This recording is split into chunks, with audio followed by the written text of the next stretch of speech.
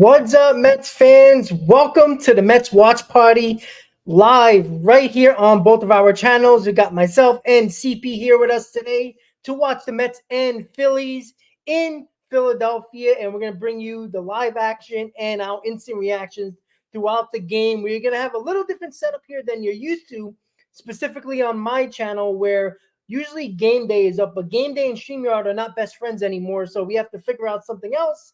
And I'm going to do some live scoreboard watching right there as I change the scores throughout the game. And you'll get to come in and know what the score is, know what inning it is, and all that. You got the lineups and all that fun stuff for the Mets and the Phillies and the starting pitchers, Joey Lucchesi and Ranger Suarez. And let's say what up to the man with the Mets flag behind him. Chris, how you doing? I'm great. You always seem to outdo yourself with these graphics, Rob. I love it so much. Obviously, you have to pivot with StreamYard being absolutely annoying with the whole game day, but this looks great. And hopefully this team looks great tonight because we're on the in-game live stream. We do have, I don't know if we're gonna get into it before this game with the negativity and everything that else that's been coming with this team so far and this offense that just absolutely looks lifeless. But you know what? It's a brand new day. It's a brand new night. And we're here talking about some Mets baseball. And the beautiful thing about baseball, I say this every single time, you get to do it again the next day. And Yep. that's exactly what the Mets have in front of them. Another opportunity. Let's get after it. Yeah, absolutely. And you know what? We can bring up a couple of things from yesterday. I mean, the lifeless offense. Nola pitched great. He pitched a complete game. The Mets had no chance yesterday. I mean, it was quite obvious. Very early on, it just seemed like they were just never going to get the big hit. Couldn't get enough people on base, and it was just maddening and frustrating, especially with the loss in Game 1 of the series at Citi Field, where we should have won that game. That's another game that the Mets blew that they could have easily won that game. And we keep on talking about they still haven't hit 20 wins yet. And we've been talking about how easily they could have had well over 20 wins at this point, but they did it. So changes are happening, and David Stearns is not sitting back and collecting his paycheck. He is actually putting in some work by recalling Mark Vientos and DFA Joey Wendell, which I know a lot of people are very excited about. And now Beatty and Vientos are going to be platooning now, and Vientos is getting a start, as you can see in the lineup. So what do you think about that move? That really came out of nowhere. Yeah, I think it was a necessary move to reinvigorate or re-energize or at least try to re-energize this lineup. Obviously, it's been lethargic. Pete Alonso has been coming around so ever so slowly. I know he didn't really have. I don't think he had a hit yesterday, but nonetheless, in the prior 5 games, he's had a multitude of extra base hits.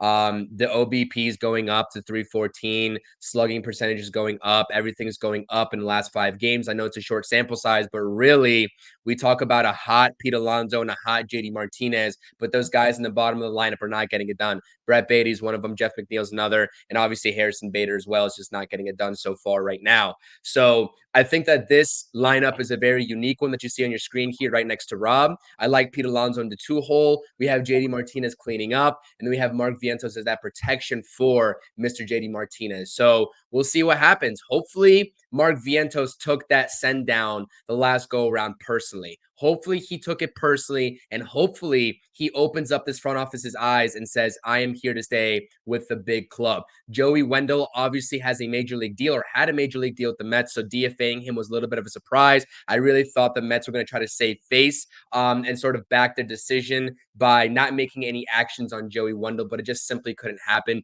David Stearns cuts his losses. He's a smarter man than that. He knows that it was a wasted investment, and he's just going to cut ties and wipe his hands clean with that. It was a bad decision in an off season that I really thought objectively and still do was full of good decisions, not wow you decisions, but decent decisions. And the Jose Buto thing, I understand it's just a procedural move. I understand that he's going to be back. I understand all that good stuff, but he is going to miss out on one of his next scheduled starts. He's not going to be able to get recalled for the next, I think, about 9 or 10 days. So any start that Buto might have had right here in the next 5 days or so is not going to happen anymore. And you take a risk on Joey Lucchesi because last time I checked, Joey Lucchesi really hasn't looked great in the minor leagues in his starts. So we'll see what happens tonight. Yeah, I think he's trying to catch lightning in a bottle with Joey Lucchesi. And listen, David Stearns, if you got options left, he's going to use them regardless of if you deserve or not deserve to be up here still. If he decides that you got to go down just for we can get a fresh arm or just to see a new face, he's going to do it. And unfortunately for Jose Buto, he's been battling, but he has been struggling. And you just it's procedural, like he said. And I'm not gonna kill anything that David Stearns does because I feel like he's not afraid to admit a mistake and try to fix it. Right? Joey Wendell is his guy, even though it's not a big deal as the bench guy, but he's not doing the job, and he always puts the team in front of himself. And I felt like Billy Epler, Sandy Alderson, Brody, they all did not do that. Look, Billy Epler was a prime example with Vogelback. Vogelback did not deserve to be on that team anymore, and he kept them in there. So the game is about to start. Mets Phillies. We're gonna take you through tonight. It's a weird 6:40 start because Philadelphia doesn't do anything normal. So 6:40 it is. So I hate these 6:40 starts, Rob. I hate them. For somebody who works overnight, it kind of works, but I don't like. I just it's just off. Right now I could be eating before I start the game at 7:10, but it's Philly. What are you gonna do? But once again, guys, we're gonna have the audio for you, the game audio. So make sure you listen up throughout the game. You're gonna have the score at the bottom of your screen throughout the game, top, bottom of the inning, whatever it might be, and of course our instant reactions during the game and our thoughts and opinions during commercial break. So Mets are starting. Damn, they started the game that quickly. Okay, all right, guys. So And we're off. that came out of nowhere. Here we go. Brandon Nimmo leading off. Run against the Braves on Sunday night. And Suarez goes to the off-speed pitch and gets it at 0-2. Look at that 7-0 record, 1.50 ERA for Ranger Very Suarez. good. Jeez. 7-0 this year. He's got a 9-game winning streak to go back to last year. That whip at the bottom, 0.72. There just hasn't been anybody on base against him. Hung up in there for the center fielder. Some decent contact, but Oh, he dropped it. All right. he dropped You got a it. break? You got a break?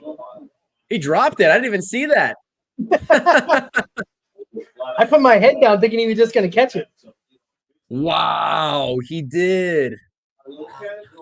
What a weird way to start the game, Rob. Holy cow. Hey, I'll take it, buddy.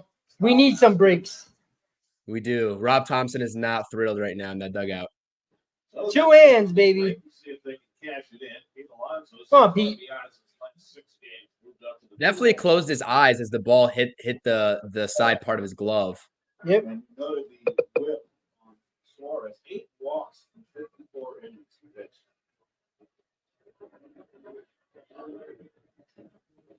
Ah. All right. And so now, Suarez has made 8 starts. He's won 7. Phillies have won all 8. Find a pitcher whose team has won his first 8 starts with a big flat glove start of season. Back in 1910. That's how historic this beginnings of the season has been for Ranger Suarez. Hopefully we're synced up tonight, Rob. I'm not sure if you're ahead of me by a millisecond or not, but hopefully I we're think synced by up. like maybe less than a second, like you said. Yeah. Pitches right-handers inside, and he's not a fireball. Easy. Eric Chavez should be feeling some heat. Absolutely. Yep. Already. I don't know. It seems like Hefner has a lifelong contract. He's like Brian Cashman. Seriously, he's just sticking around. You can't get rid of him. No. Come on, Pete. The OPS against Suarez's changeup this year is 457. Not the batting average. The OPS. 457. No, that's not a strike, dude.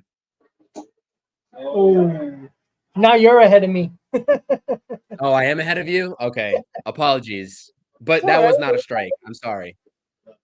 And your Philly defense brought to you by Defender. And Alonso's home run prop is plus 850. That's insane. Especially in that ballpark. Yeah. Christian Ponte gets the first start of this series. It's considered still the same series. It's all about it. Seems like Lindor here, even on that take, I'm noticing just a little bit of a different sort of stance and a load from him. It's kind of interesting. Is it like a little bit more of a calmer type of stance, like a little bit more relaxed stance? A little bit more bend in the knees? No, I think, yeah, and I think it's a little bit more bend in the knees, and I think it's a little bit more exaggerated because usually he's very like hands on the shoulder, doesn't really move until the last second. I think it's a little bit more exaggerated in his motions right now. But he gets hit by the pitch the very next pitch. So First and second, 1 out. all right. The inevitable runners in scoring position, Rob. This is where the Mets need to cash in. Yep. Let's go, JD. So 2 men aboard for JD Martinez moved up to the cleanup spot. Oh, JD's been good, man. JD went 3 for 7 in the series in New York with a couple of doubles and 2 RBIs. It's a rookie night in Philadelphia. We'll take a little ground ball to that right side between that first baseman and second baseman. It seems like they're giving it to him, holding on Brandon Nimmo at second base. And look at that wind with those flags. Holy cow. It's blowing in, too. Oh, pulls it. Oh, he trapped it. Wow. Oh. This is a good short hop play by the shortstop, but Nothing you can do there except tip the cap. yeah. Wow. That was the shortest of hops. That's crazy. That almost went under his glove, too. Yeah. Shout out everybody in the chat, by the way. Make sure y'all are hitting that thumbs up. We definitely appreciate y'all being here. Come on, Vientos. Is Daniel spoiling it? No, he said he won't. Oh, he did spoil it. Vientos, let's go! Oh, yeah, that's what I'm talking about, baby. That's how you make an impact. That's how you tell this front office you're not going back down. I love it. Wow. Well, First pitch there you swinging go. as well. That's what we needed, boys. Woo! That's what we needed. First pitch fastball headed. First pitch swinging, Rob. I always go after Brett Beatty, and I always go after Jeff McNeil, letting that first pitch go right by them in their wheelhouse. And this is exactly why, because when you get it on the first pitch, yep, that's what you do with it right there. Vientos drives in his 3rd run of the year. And the Mets have 2nd and 3rd with 2 down for Starling Marte. Down to number 6 spot on the batting. Well, David Stearns' move worked already. You almost knew it was going to happen, too. The writing was on the wall with the way he got sent down last time. Yeah. Against Philadelphia. They put a couple of hits yesterday. And as far as misses inside, it's 2-0. Cash in on runners in scoring position with 2 outs. That is something the Mets have not done a good job of. Nope. Oh, great play by Alec Boehm to rob Marte of an RBI, maybe even 2. Damn. All right, I'll take a run. We'll take it. We will take it. Listen, Mark Vientos, if you all at home literally did not just witness what we all just witnessed here with Mark Vientos swinging first pitch. This is why I hate the let's stop swinging at first pitch crap narratives, because when you get as a professional hitter, especially when you're in the 5 spot, the 4 spot, the 3 spot in the middle of the order, that first pitch fastball, which that was a fastball if I'm not mistaken, is going to be your best pitch, because guess what? If he throws it over for a strike and you watch it go by, he's going to give you the off speed, and you could be down 0-2 right from there, and you're never going to see a fastball that good again in that bat. And that's what I love. Shout out to Mark Vientos. Much needed. Great start to this game.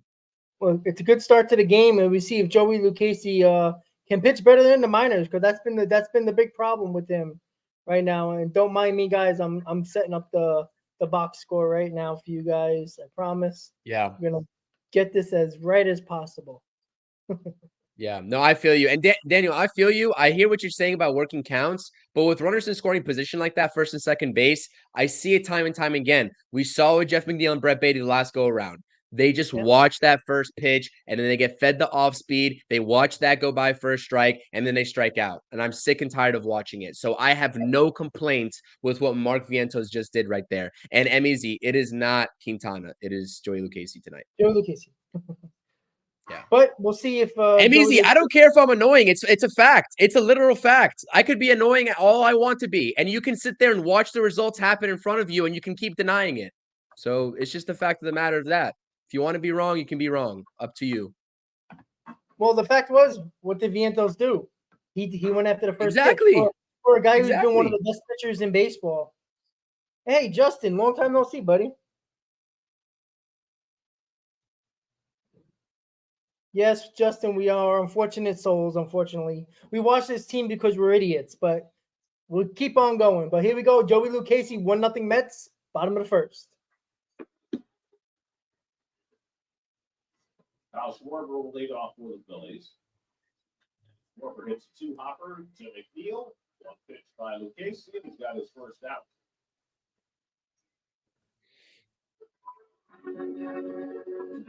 The City Met defense, Vientos, of course, at third base.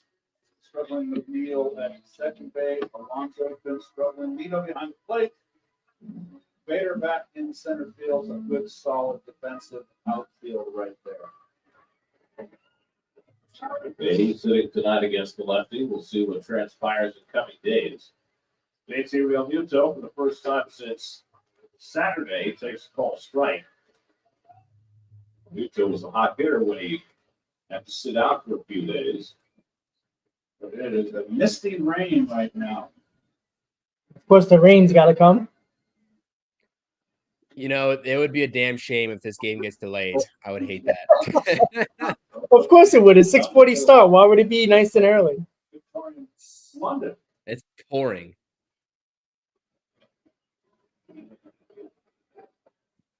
Muto fouls off the first curve. Oh. Ethan, you are ahead of us, but I'm going to just take your word that JT Realmuto struck out. I like it. If it's positive, keep it coming. Keep the spoilers Yes, coming. it is. I agree. Dude, it is pouring. What the hell? Yeah. Wow. Yeah.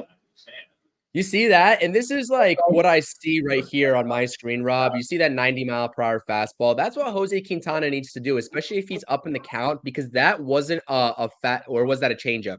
I'm not really sure exactly what that was. But what he was doing was pitching one ball off the plate, but it still remained competitive enough to get him to swing, which we talk about all the time. Yeah, I do agree. Yeah. I mean, he's putting people away, and that's the important part, right? We talked about that with the Mets pitching. Yeah. Fouls off the first offer from Casey, so the Phillies have come out very aggressively against Casey. Every time he was called upon last year, came up and pitched at Jim. Remember his first start last year in San Francisco? Mets have been really struggling to get any length out of their starters. And he went 7 scoreless. Taking outside a ball and strike. And again, he wants a new ball. This misty rain, you're probably going to see a lot of that. And it's sort of blowing in a little bit to the left field, but in. Yeah, right out of the northeast. Oh, no. Oh, no. Oh. And Harper flies back to left. Home run for Bryce Harper. Tie game 1-1. Yeah. Oh, Lord. All right. Well, Joey Lucchesi start off on fire. Then you get a Mickey Mouse home run on a Mickey Mouse ballpark to the opposite field. No, I'm just kidding. Bryce Harper's a stud.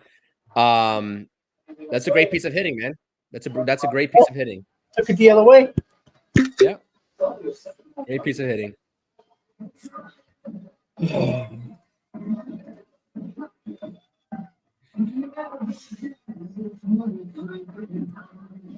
Fastball, middle, he decides he takes it where it's pitched. Oh. That's how strong he is. It is coming down over there, or either that or it's just misty. I'm not really sure, but that was a shot that he hit. I don't know. It's a weird. It looks like just a mist. It could be a mist. It's like, it's probably warm with the little. Oh no, they showed a close up. It looks like it's raining. Like it's raining kind of hard. We're in for a long night then if it's going to be delayed, Rob. Of course.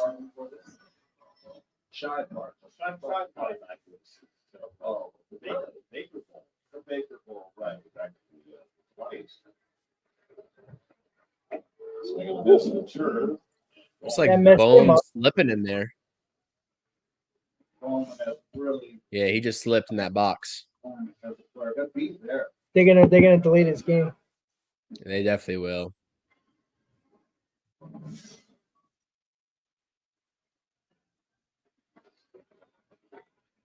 Starts the ninth, fifth for the National League back, third in RBI, top 10 in both on base and slugging. So great start. Gonzalo, I don't know. 2 strikes. Finals group be next. Listen, that's why look, Mendoza gets paid the big bucks to figure that out, right? They have a plan if that happens. They do. Brett Beatty's your second baseman at that point. Yep. Strikes tonight.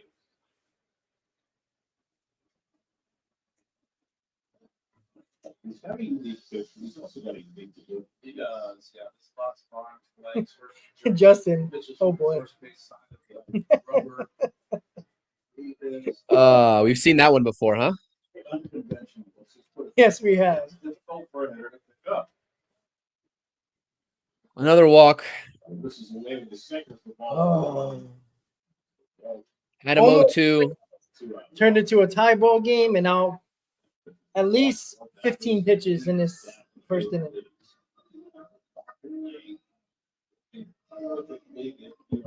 I mean, if they started the game, they clearly knew this rain might have came. So I don't know if it's just like a pass through that, or it's gonna stay light like this. It looks like it's dying down a little bit right now. It doesn't look as bad. So it could just be a pass through. I'm no weatherman though. Right there, Castellanos, first ball hitter, doesn't matter what, 50%.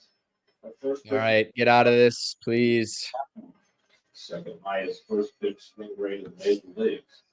How many times in your first at bat of the game, Kate, did you swing at the first pitch? Maybe 5% of my career. Only when I was red hot.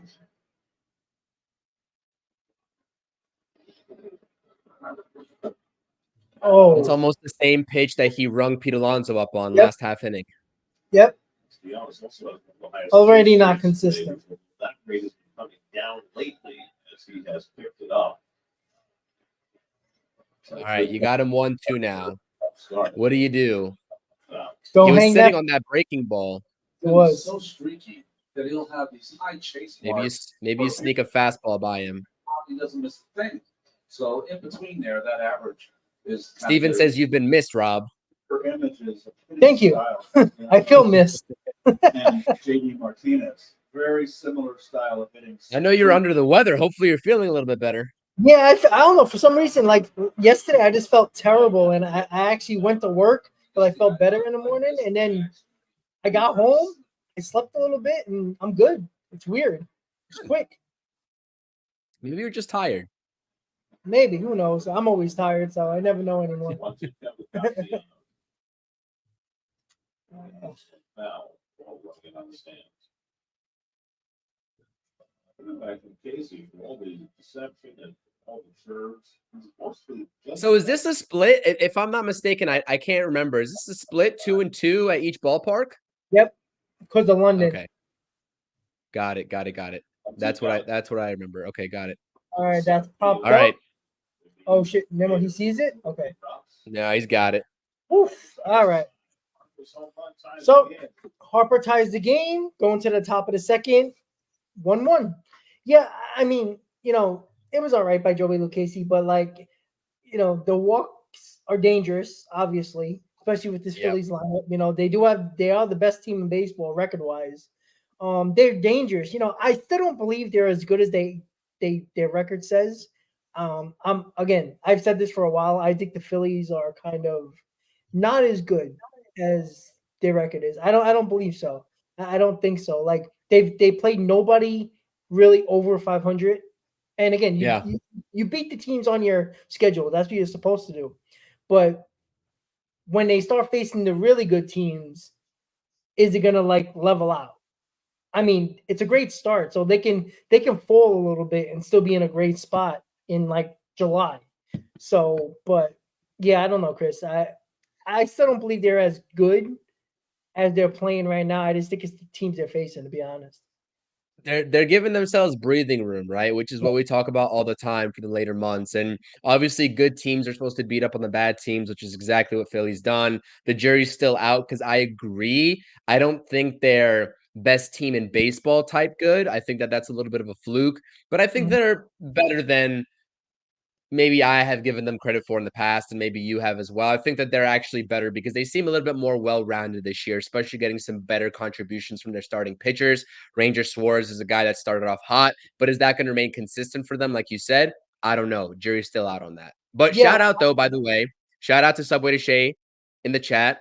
And I know that he went live earlier today. Make sure you go check him out, subscribe to the channel, all that good stuff. Shout out Subway to Shea. And shout out Stevie Mac, 23. Lives 35 minutes away from Philly, and there's no way he was spending money to watch this game. Stevie, I don't blame you at all. At all. Just watch it in the comforts of your own home, and you don't have to worry about getting wet in the rain, all that good stuff. So, all right, Bader's up. Fans representation on the latest Well, episode of the Justin, it doesn't matter about watching them too much. It's just that I see who they played. They've played a lot of bad teams, and including the Mets, by the way. it is pouring. Holy cow. They're gonna call this game or delay it at least, unless it is gonna stop by 8 and they're just gonna play through it. But you got about an hour until then, and the dirt's already shiny, which is not a good sign. No, not at all. Stevie, since you're in the area, oh, JT misplayed that one. That was supposed to be an out. Oh. It went off his glove, right? That's kind of weird. Or was it on the opposite side of the fence? Oh, no, it was on the opposite side, so he had no way of catching that anyways. I'm not sure. Yeah, Stevie, I was going to say, be our weatherman here since you live in the area and let us know if this is just a pass-through, because I'm not trying to sit here on stream for 6 hours waiting for a delay. It never happens, and we're here sitting on the stream at 2 a.m. and watching a loss at the end of it. I don't want that to happen. That's just one run, despite What's new, Ant? The weather always sucks for the Mets. I feel like that's always a consistent thing for this team, man. today.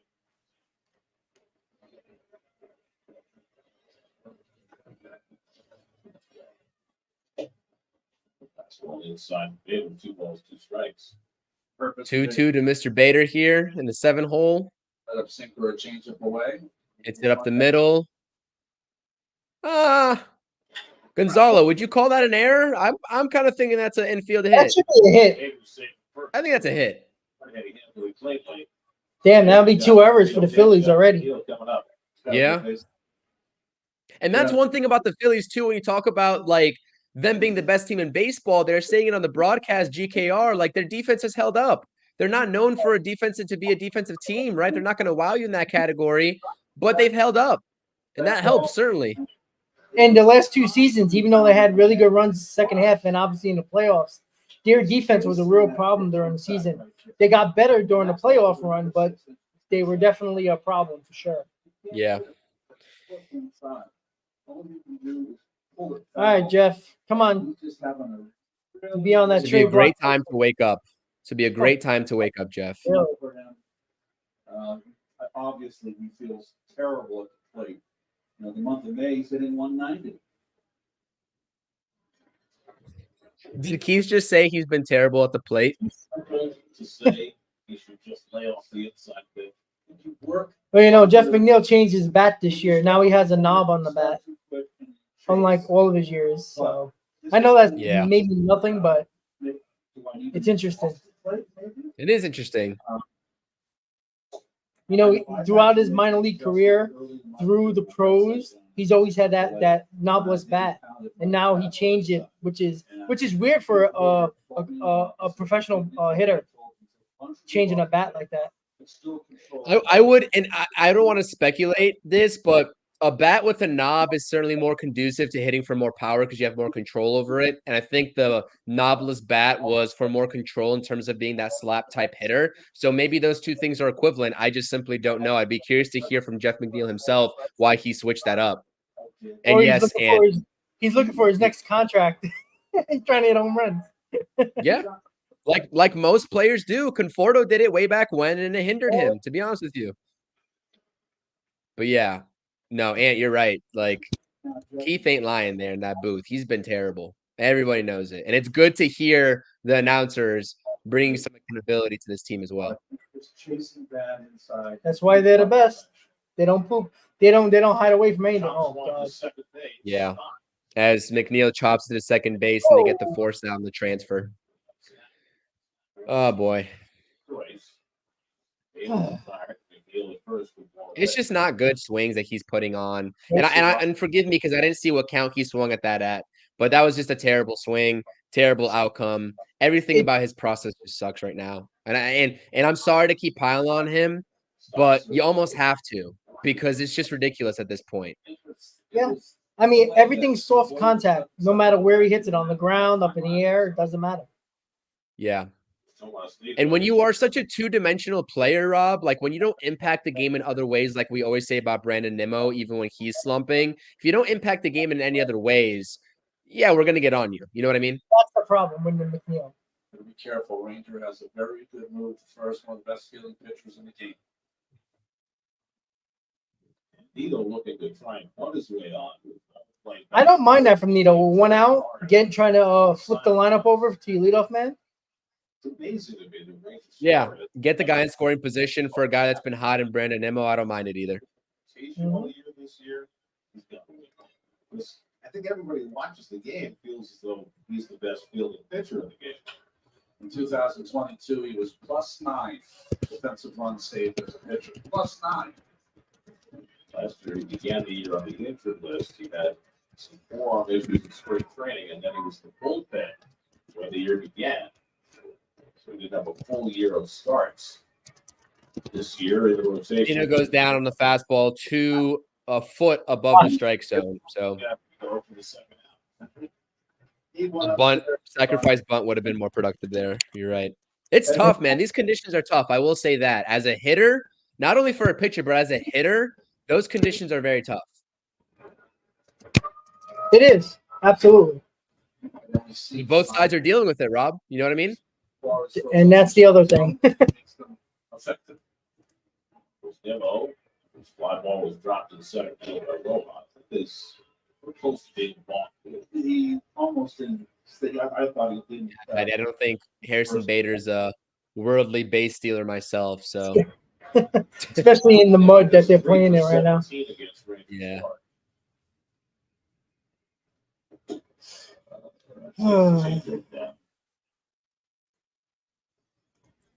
This team makes me drink. I swear. I don't blame you. And he stepped in baseball, and you expect that from Wheeler and Nolan. I don't think he necessarily expected it from Suarez, but he. Yeah, and good point. If this game does get delayed, I mean, I would think that Joey Lucchesi, if he's a temporary option, they just trot him back out there anyways. For me, right? Because like, what's the point of going to the bullpen if the guy that really isn't going to be here for the long term, right? That wouldn't make too much sense to me. But definitely for the Phillies, I think they would actually benefit the Mets if this does go into a delay, because then potentially Ranger Suarez would be out of the game and they'd have to go to a bullpen game. I really do think that the Mets would just stick with Joey Lucchesi after the delay, but I could be wrong. Anthony, I agree. That's why they brought the rum buckets to City. They're very accommodating. Nimmo swinging for the fences. Jesus. Yeah, those are pretty gnarly hacks. It's a very effective pitch. Not too many guys did that in my day. Thank goodness. There's been trouble in River City. Come on, Brandon. Yeah, you never know. Hit him played perfectly. He almost bobbled it again. Almost. All right. We're going to bottom 2. 1-1. Oh, they tried at the bottom of the order. What are you going to do with this team? They're going to drive me nuts. But, I mean, Like, Rob, this is the thing, though. This is the trend because at the beginning of the season, we've talked about the supporting cast being that sort of anchor for the team, but now it's almost getting into like that top heavy lineup, like we were talking about before. Yeah. As we I go agree. completely blank here with Yes. the background.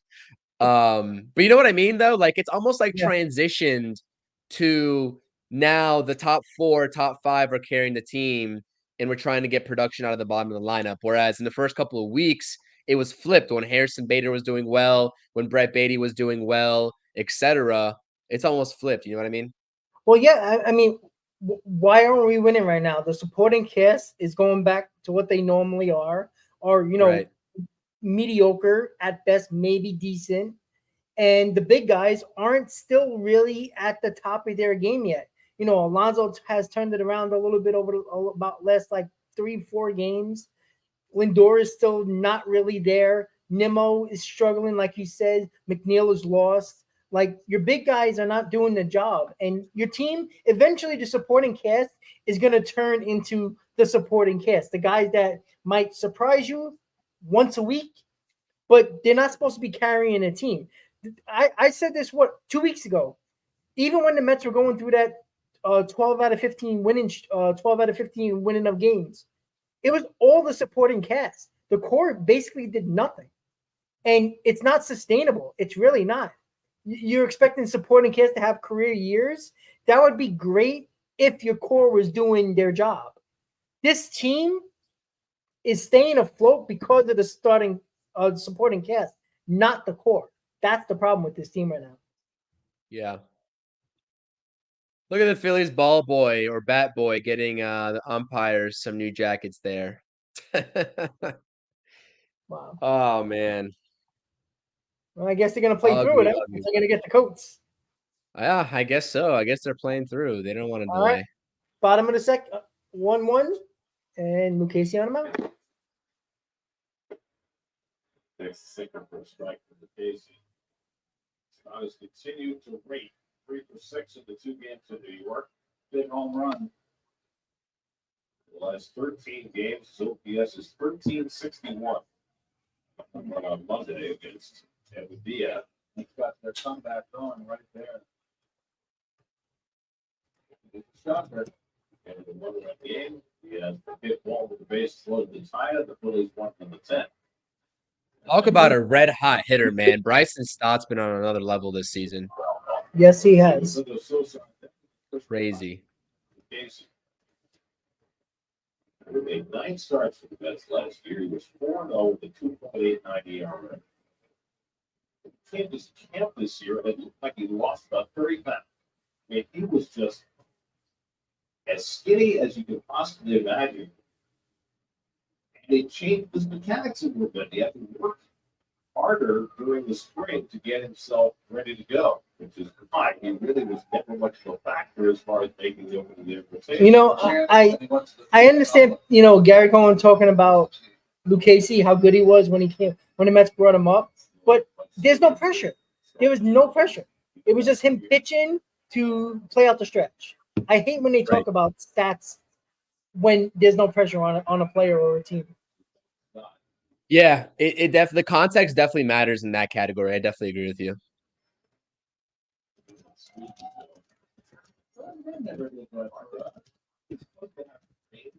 Really? Yeah. Sunflower seeds are in there. Gum. Same thing with Reno. Ball for Get over there. No. Oh, what a play, Pete.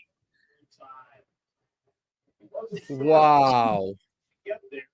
That's a dangerous play, though, man. That was a very dangerous play, man. Pete. He could have flipped Come it. I on. think Lucchesi would have got there in time, but You think so? I mean, he's having nightmares from the yips that he's had. nah, There he you was go. there. He got him for sure. Yeah, that's dangerous, man. Dangerous. Pete Alonso at first base, throwing the baseball or tossing the baseball this season has been a nightmare. It just seems like he's scared and timid almost out there at first base. And that's a problem for a guy who's got better every year at defense. Yeah, I agree with you. But that was a dangerous play, man. You get knocked upside the head by a knee, and that could be bad. opposite field for 2 games. Good effort, though. I mean, I'll take the effort. Oh yeah, absolutely. Series off the left hand, both down the right field line, on a double. Gets under this one. This is gonna be trouble. Center. Indoors got it. 2 outs. I'll take it. I love the aggression that Francisco Lindor had on that play. That's a true Always. shortstop right there. He's No, always like that. no room for like miscommunications, right? But he was ahead of him as well. 2 out of nobody, now Christian Pache, his 11th start of the season. We saw him with Braves, then he went to Oakland, as part of the Matt Olson deal, going from Atlanta to Oakland. He's always been an outstanding defensive player. They just didn't know if he would hit enough. My man Travis, I appreciate it, buddy. Let's go Mets, buddy. Let's go Mets, Travis. We appreciate you.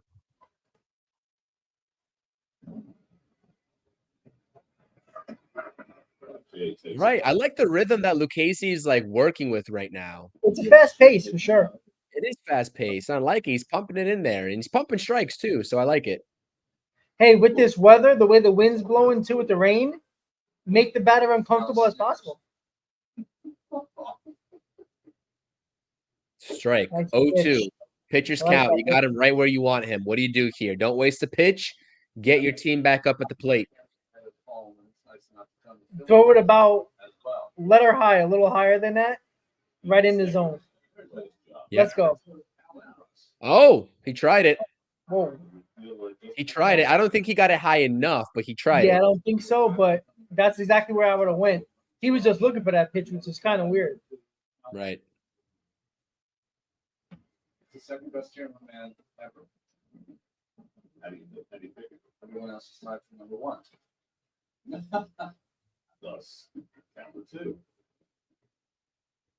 Boy, it is blustery now. This is a night you want to use. Come on now, Joey. Just 2 hands. Get under the ball as soon as you can. Okay, so you head on Pache 0-2.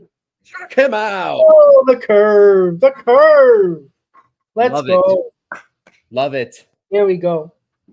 All right, tie game going on top of the third. That's a great pitch right there. That's a put away pitch. That is a great pitch. He's been pitching his ass off so far early in this game. Obviously made a mistake to Bryce Harper. Great piece of hitting going the opposite way. But he looks locked in right now. He's working at a pace that he is comfortable with.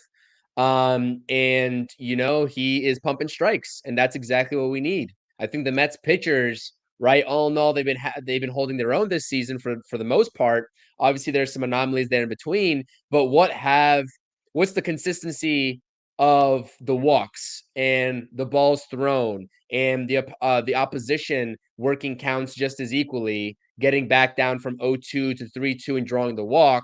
Joey Lucchesi is not allowing that to happen here very early on, and it's very encouraging. Yeah, and look, you brought this up many times on pre-games, a couple of our in-game lives. The put-away pitch that the Mets pitchers seem to not have, or at least not have in that game, Lucchesi seems to have it right now and getting the batters off balance. And that's a great watch and eye of that to notice that. I know, a lot of us have, but you brought it up when me and anybody else didn't. And I thought that was a great call by you to say that, because it's absolutely true with this team and why the pitch count is extremely high with these pitchers. Yeah. And especially like when you talk about maybe not so much Joey Lucchesi, because I don't really know exactly what he has in his arsenal. But when you have a guy like Sean Manaea, especially Luis Severino, that have 4, 5, 6 different pitches, like there's no reason to mess around in the strike zone or outside the strike zone. Go after him. Go after him. I'm not saying you have to throw a perfect strike right down the middle on the corner. It could be a ball off, and make it competitive enough for just to allow the other guy to just think about, okay, I have to swing because this is too close to take. And that's what I think can really help the pitchers out. And Joey Lucchesi is doing it right here so far. So yeah, it's a work in progress, but it's getting a little bit better. But we still need to just cut down on the walks and stop playing around in 0-2, 1-2. Yeah, I agree. I think too many times they're in pitchers' counts, and right away in the snap of a finger, it's a hitter's count. I don't know if that's a philosophy with a lot of pitching coaches. around the league. Like they like to not give in, and they basically stay around the plate, but not anywhere close enough where the batter would actually, go after a pitch. And I think that I don't know if that's a philosophy of Hefner with these pitchers or what, but has to change. I just saw a graphic of Jimmy Rollins, Chase Utley, and Ryan Howard, and I never want to see that again. Those guys have haunted us for so long. I'm good on seeing those guys ever again. Yeah. Bad memories. Yep. Oh wow, these people are soaked. I hate when fans go to games. I mean, I've been in many of those rainstorms. I was in Boston in Fenway when the Mets played, and it was like a torrential downpour. I was swimming in Fenway Park. Yeah. All right, Pete, come on. Go, Pete. What up, Mason? Shout out to you. I appreciate you being here. Let's go, Mets. LFGM. Yes, sir. Oh! Gone. That's gone. Off the wall. Get there, Pete. Just Get missed there. it. Whoa. Okay. Go three. There we go. Love it. There we go. Good hustle, Pete. Boom. There's that energy. Look at that I dirty love it. uniform. Yeah, Go. on a clean relay, though, that he would have been tossed out by a mile. But the conditions are affecting everybody, and it's clearly affecting the Phillies' defense. But you know what? He made the defense have to be perfect in that spot. Great hustle there. I agree. Everything had to be Great perfect swing. to get him up. Great swing, too. Wish it would have went out, but great swing. All right. 3 opportunities here to get that run in.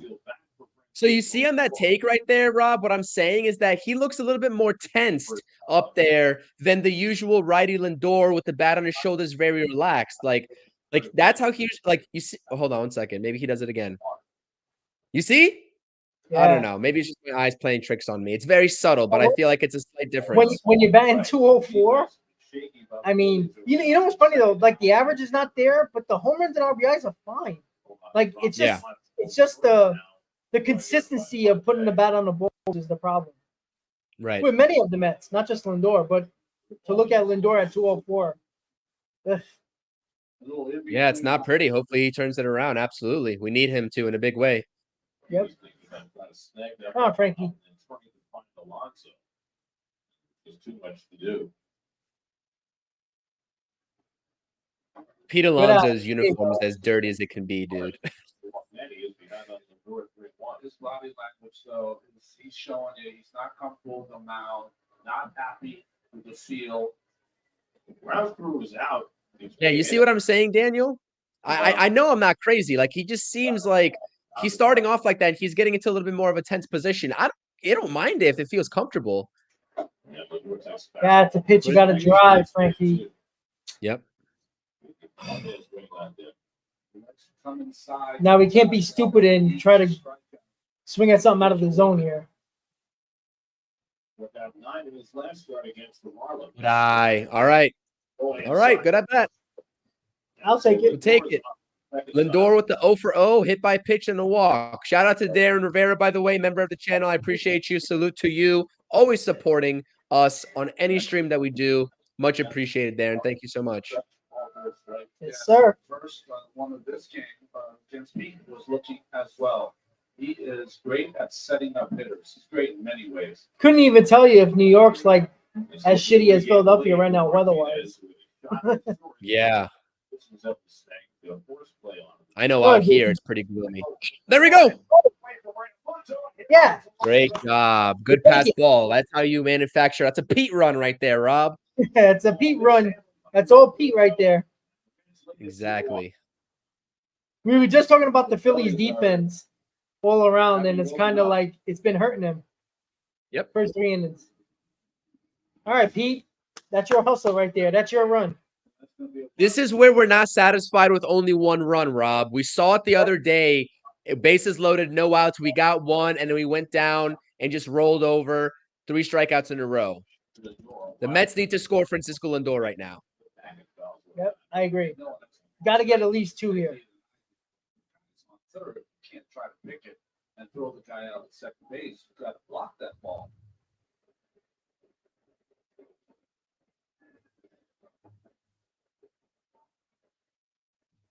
Still nobody out. Runs inside. Cutter from Suarez. It's 2-1. And you are right, Ronnie. Suarez is really body language. He's out of his rhythm right now. Combination of bad support and the weather. This is a guy who threw 32 consecutive scoreless innings in April. Thus was named nationally pitcher of the month. Dave's not pretty well. Good eye. Good eye. All right. They're making Ranger Suarez work here, Rob. 47 pitches, no outs in the third inning so far. 3-1 count. If you get a fastball here, rip away at it. Agree. Got to drive it here. Try to get that ball in the gap. Oh. As it's one to short, backhanded by Sosa. Oh. Yeah, he hit it hard. Damn. The long pop. He got the fastball and he rolled over it, is what he did. Wet grass. The ball He seemed like he was quick on that fastball, too. A little out in front. Yeah, he was out in front of it. He definitely was. He got a little bit too excited. Did he slip? No. That was a bad throw. All right, Mark, come on. I get kind of excited now when Mark Vientos is up. I get a little bit giddy because I'm like, dude, this guy's here. He's got a chip on his shoulder. Let's go. He does. Yes, he does. Come on, Mark. Vientos now had 4 big league at bats this year. 8 big league at bats, 4 hits. Oh, Ooh, oh, nasty curveball. there's a bender, yeah. Games at AAA this year to 285. 6 home runs.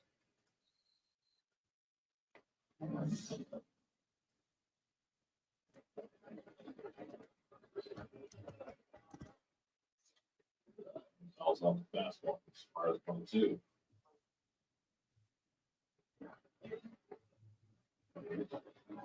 Vientos coming up. Really Wendell being designated for assignment. The Bridge Mets for now back up middle infielder. Which is an odd piece of roster. Ah, Oh, Mark. Come on, buddy. trying to do too much there. Trying to do too much. Oh, we talked about that extra run. That run could be crucial. Yeah. The Mets Just had an bad issue baseball this year attacking on runs. It's been a huge issue. Can you all still hear the audio in the back of Rob's? I'm curious. Because if not, Patty, I'll start calling this game my damn self. Absolutely. I'm checking the audio right now on StreamYard. It's saying that it's. Let me show my mouth. Let me see if it shows up.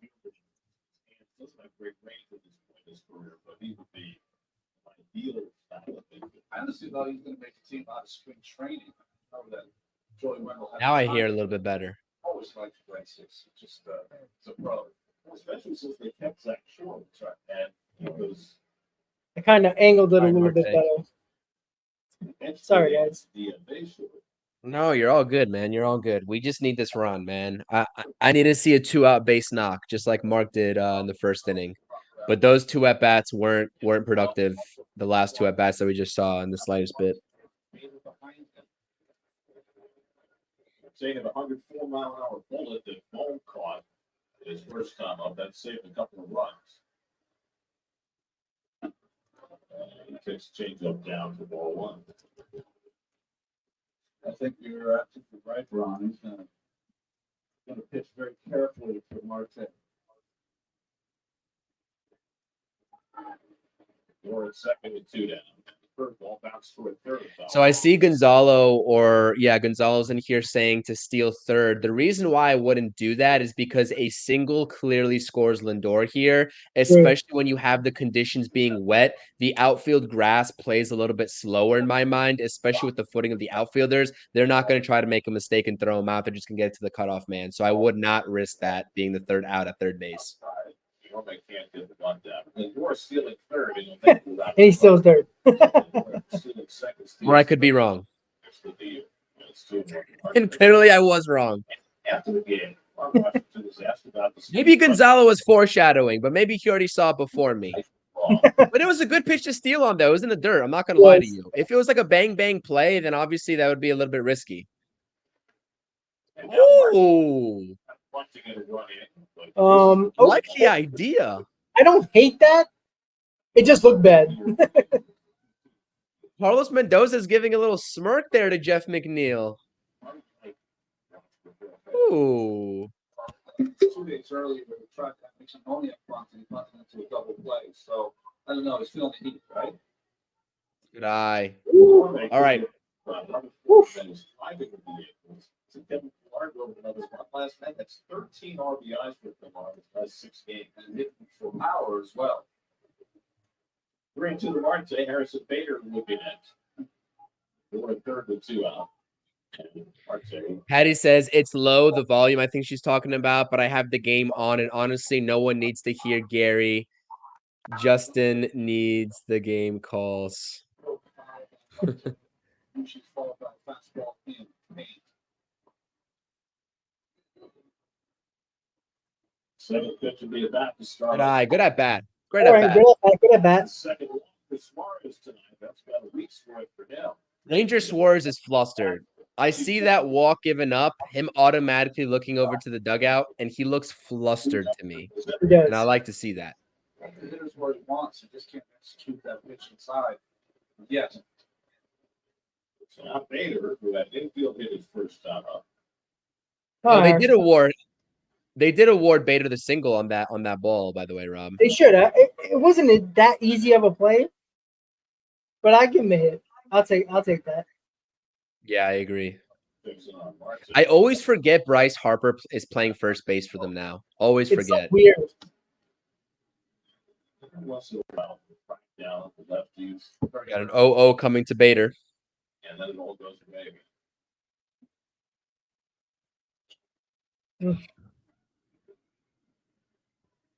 You can swing. You know, it should be a good Turned time on it. this week. You're going to face a lot of left-handers. This slug versus left-handers is a couple 100 points higher. Tremendous. Faced by Harper, and make it Bader down in the hole 0-2 right now. Fouled it off to the right side. That was a meatball of a pitch. Can't miss that pitch on 0-1. Great defense from Bader in center I'm field. assuming by the chat, Gonzalo and Daniel, I'm assuming he struck out. Yeah. Just going to assume. Or a pop-up. into the Bader. There goes Marte. It's hit the center field. Ah. Rojas this time. Still uses one. Didn't don't get hate that from the ground. I don't hate it, but he got off the end of the bat, obviously. Yeah. Well, the insurance runs. Those are important, and we don't get them. Don't give Lucchesi any margin for error. That's the problem. And, you know, Yeah. they have to be perfect, and that is the issue. Like you get 2-3 runs in that inning. Now you got a couple of run lead, and Lucchesi doesn't have to be pinpoint perfect the next inning or next couple of innings to hold the lead. I agree with you. Absolutely. We've been talking about it for quite some time, Rob.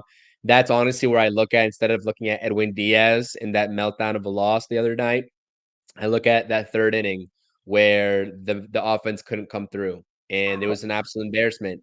You got a walk, an RBI walk from JD Martinez, and your next 3 hitters all strike out on 9 pitches. That's absolutely unacceptable. And that situation is no different. And honestly, right there, it was the guys that you would expect to come through. JD Martinez, obviously on the 3-1 pitch. I like the aggression, but you can't pull that pitch.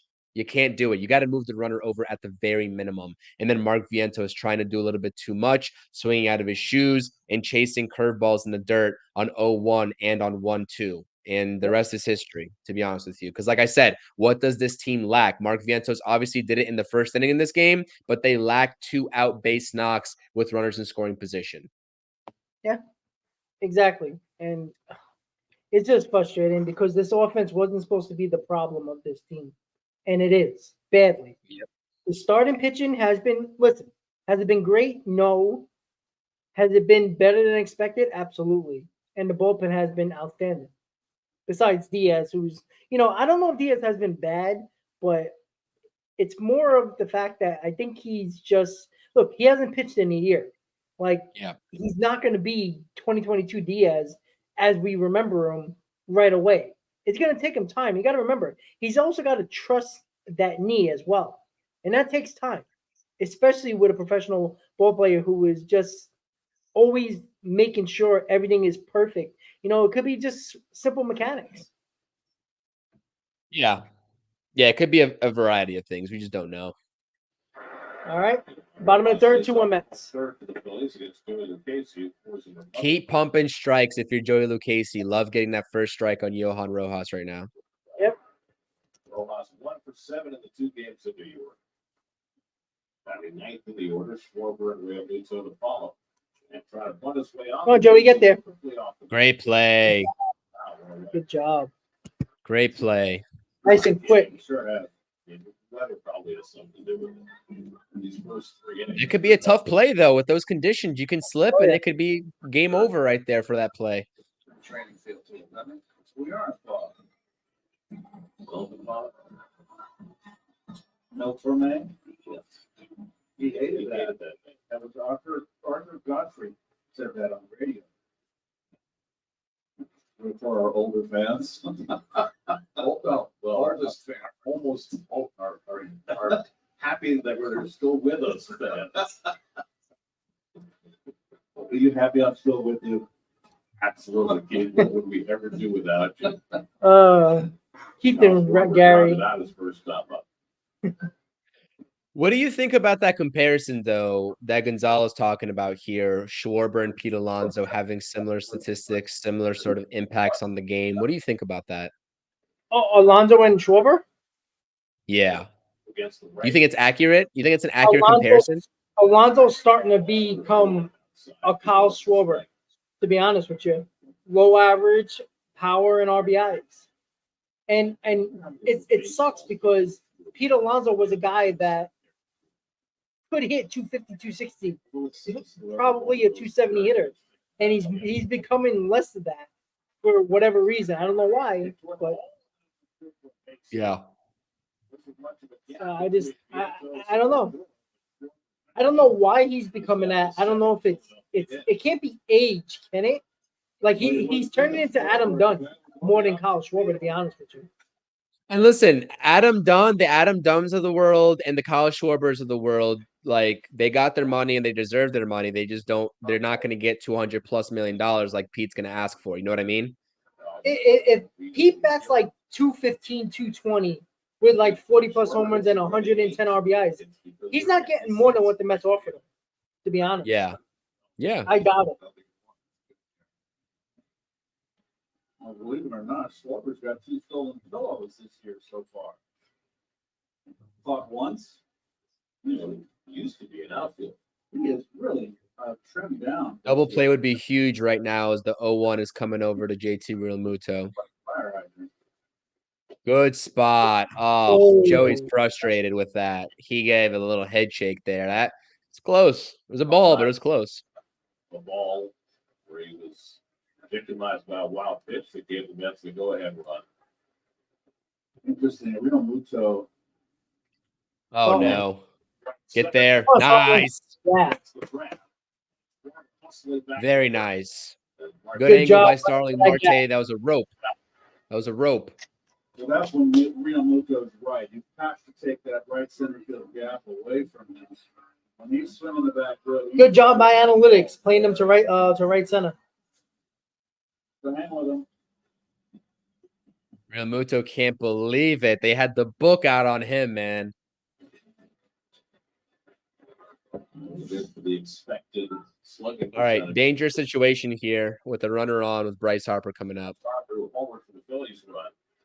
Oh, I always think when we get a shot at that hitter who's made a tough out and he makes that face before he goes to the dugout, I bet you it's the same face they made when they were 10 years old. Harper's OPS is 906. That's insane.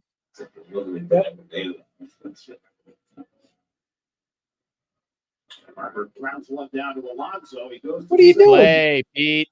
He didn't know how many outs there were. Oh, Yeah, Pete. he didn't. You got to be better than that, Pete. But that's a great play. You know what? I'll take it. Lindor is just kind of giving him a chuckle, like, "What the hell are you doing?" All right. 2-1 Mets. Lucchesi puts up a 0 in the bottom of the third. So keep it going. Let's get more runs. That's what we need more than anything else. That was the best throw of Alonso through the second all year. Not knowing how many outs is crazy. I mean, wake the fuck up. I agree with He's thinking you. about the I contract. agree with you, man.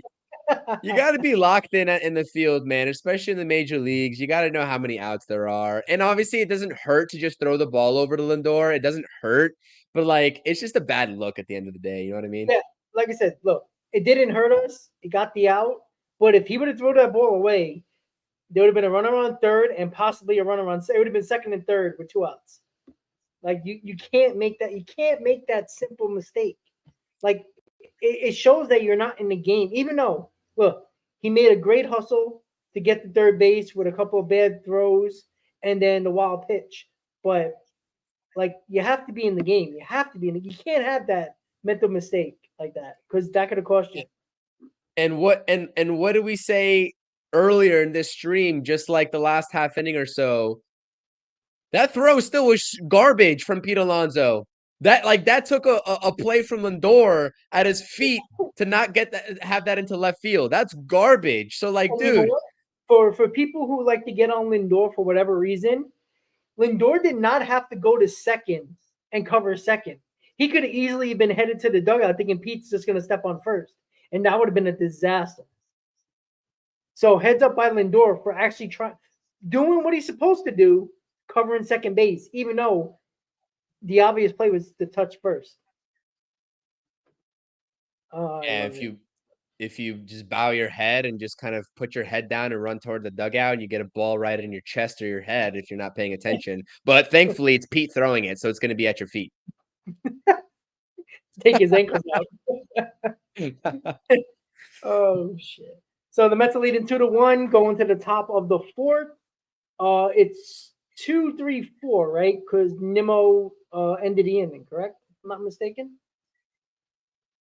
No. Oh wait, that was Bader ended the inning. 8-9-1.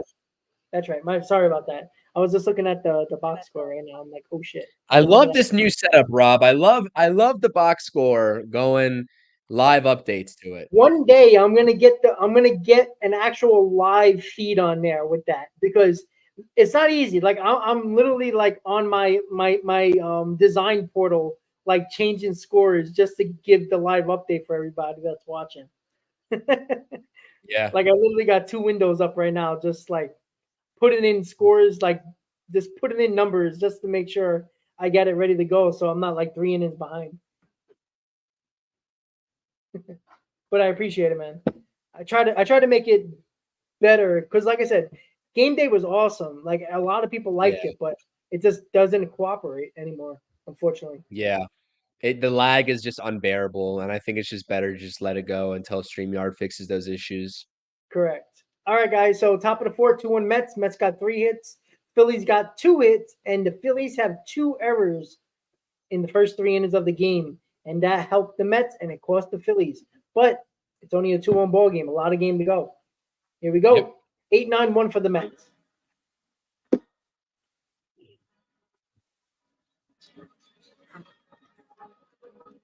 Good to see everybody getting along. Look at that. I never had that. There's a very distinct accent I find here. I've never had that accent, did it? That guy's got a lot of autographs. All right. Commercial is over. What's going on here? They're fixing the field? Yeah, what is going on? Probably putting some dirt on that on the field, fixing the mound maybe. Yeah, a little grounds crew action potentially. Green slicker comes in handy. The portable poncho. Jeff McNeil leads off in the 4th inning. He goes that fastball right down the middle again. Off his game. That's only his 7th first pitch. Everybody's pretty good met. 17 batters. Very unreal. Come on, Jeff. McNeil strokes one out to left. Lazy fly ball. Okay. God. Oh man. Good recovery. move with it. I don't know what's going on with Jeff McNeil, man. That looked like an inside fastball, or maybe just over the plate, over the heart of the plate, and he kind of just in and out it, like just kind of like in and outed it. I don't know, like if you saw that, but something's off, man. I don't know what it is either, because it can't just be boiled down to the mindset. It's just like something mechanically is not there. Ball snags it out to the side. I honestly don't know. I really don't know.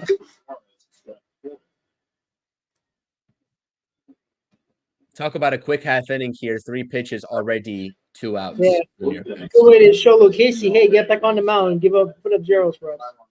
Yeah, it's not a recipe for success. Great job while he was in there. What a rotation that is right there. Wow. Yep, they've been excellent. It's not a strike, Blue. Come on, you got to be better than that. Ryan Knight, the home plate on fire. Nimmo had a fly ball dropped in center field that led to the first Met run into a builder's choice in the second. Both the Mets runs have been unearned against Suarez.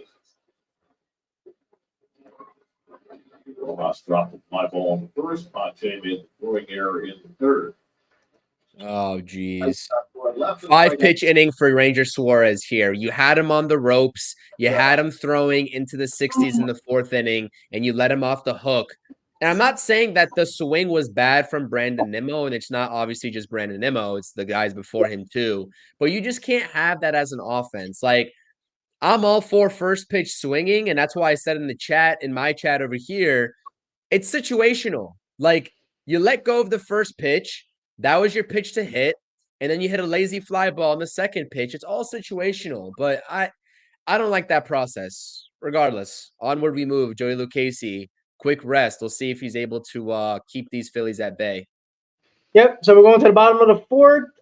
That was almost as embarrassing as the inning at Citi Field. What was it? 9 pitches, 98 seconds the inning was, or something like that. Wasn't even a full minute. It felt like. Yeah. Well, again, the Mets are struggling to score runs. If it wasn't for the Philly mistakes, the Mets might not have no runs. But we'll take it because we are just. I think on the road we're scoring about 5.5 runs per game, and at home we're scoring just over 3 runs per game. But it just feels like even on the road right now, they're just not clicking as an offense. And again, we can talk about whoever we want to blame. I think you always have to go back to the main guys on this team. Like, it sucks, but it's true. Did you see that graphic that was thrown around on X of the Mets hitters OPSs On at the road, home versus on the road? It's terrible on the at home, man. It's bad. That's insane. I saw Omar Narvaez have a sub .050 OPS at home and up to like 850 plus on the road. That's insane. Wow. Uh-oh. What's going on? What's going on here? Oh, they're bringing the tarp out? No. Okay, they need to fix up the batter's box. Oh, they're gonna do it after the inning. Yeah. Next inning. Wow, you guys never did this before? I mean, come on. Let's go. Jesus Christ. My Lord. Wow. Good job, guys. You see how Philadelphia works. This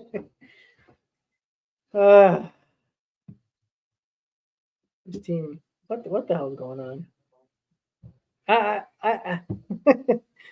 Can you make this game go longer somehow? Yeah. Let's just try to make new batters box in the 4th inning. Yeah, I'm not understanding this. What's going on? When did they do that?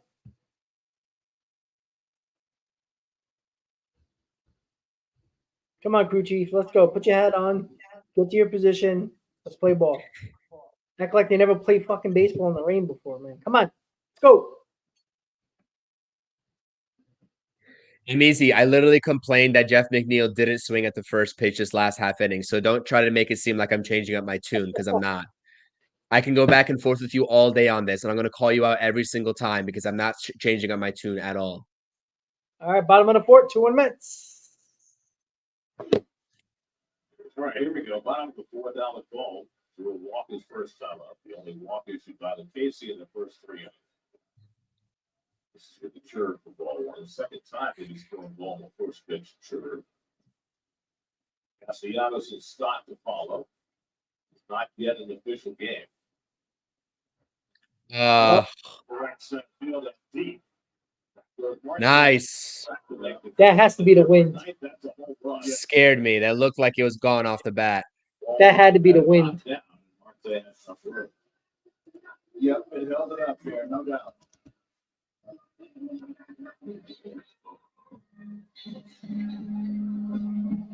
Dusting it as hard as it was before. Still get dusted up.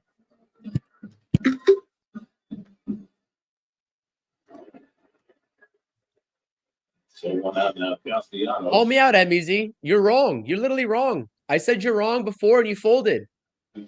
Because you saw Mark Vientos get an RBI, one of the only 2 RBIs the Mets have right now. Not even the only RBI. And you said nothing about it. So call me out. I'm going to call you out because you're wrong. You can sit there and accept it too. No, don't you believe it? Castellanos slide to center his first time up. Rip times the case has been behind in the count. Takes one the other way for a base hit. Chased toward the line by Marte. Castellanos. Oh, he's stretching Oh, it to he's his elbow. dead. Throw out He by got a him. mile. Yeah. What a throw by Marte, baby. That's what I'm talking about. Get the hell out of here, slow ass.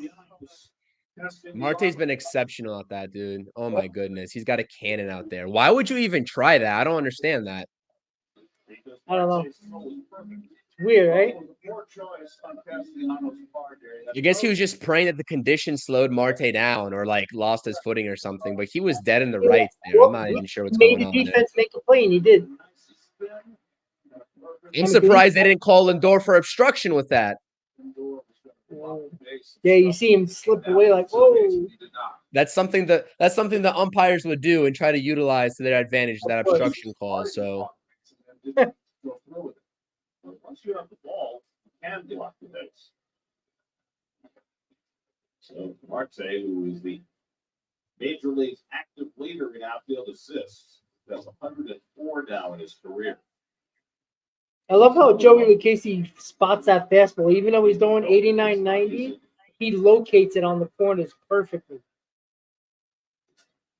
yeah, and that's something Jose Quintana needs to do a better job at. Scott rolls one for McNeil. Oh, could be the end Right. of it. Another quick inning for Joey Lucchese as well, so we'll take it. It's a little bit of a pitcher's duel right now. I'm not going to lie to you. I kind of like the tone of this ball game. It's going by pretty quick, already at the top of the 5th. As long as the umpires don't decide to blow it with a rain delay. Listen, if that means the Mets win by default with 6 innings or 5.5 innings through the books, I'll take it. I'll take a win as a win as a win at this rate if you're the Mets. I agree. But let's not let that be the deciding factor. Let's go score some more runs. That's the perfect world scenario right there. Be nice. But this team likes to make us work hard for everything that we enjoy in life for baseball. And Yeah, they do. man. So I do apologize, guys, for not being active in-game lives like a lot more this year. I went through a move, and every time I've been trying to do in-game lives, they just been not working out schedule-wise for me, and I do apologize for that since I moved and I'm in a new area of work. Same company, different setup, different times and all that. And I'm kind of trying to be, that good employee that, oh, can you come in? Can you come in? And I always say yes like an idiot. But don't worry, more in-game lives are going to happen. If it's with both of us or one of us, we're going to try to bring it as much as possible, especially with the Rangers and the Knicks playing in the playoffs. It's really hard. We don't want to, it just worked out today because none of them playing. So, it's hard to do in-game lives when you got the Knicks and Rangers are on. Yeah, you know, I'm always live for the post games for both of those teams anyway. So it just somehow it always seems to overlap depending on the start times for the Knicks, especially if it's like a 7 p.m. game or the Rangers. So it's kind of hard for us to do that. But obviously we are approaching the later phases of the NBA and NHL season. So I'm sure as the summer progresses, we'll be on here a lot more talking about the Mets by default. That would be nice. And hopefully it's relevant baseball, not just playing the string out.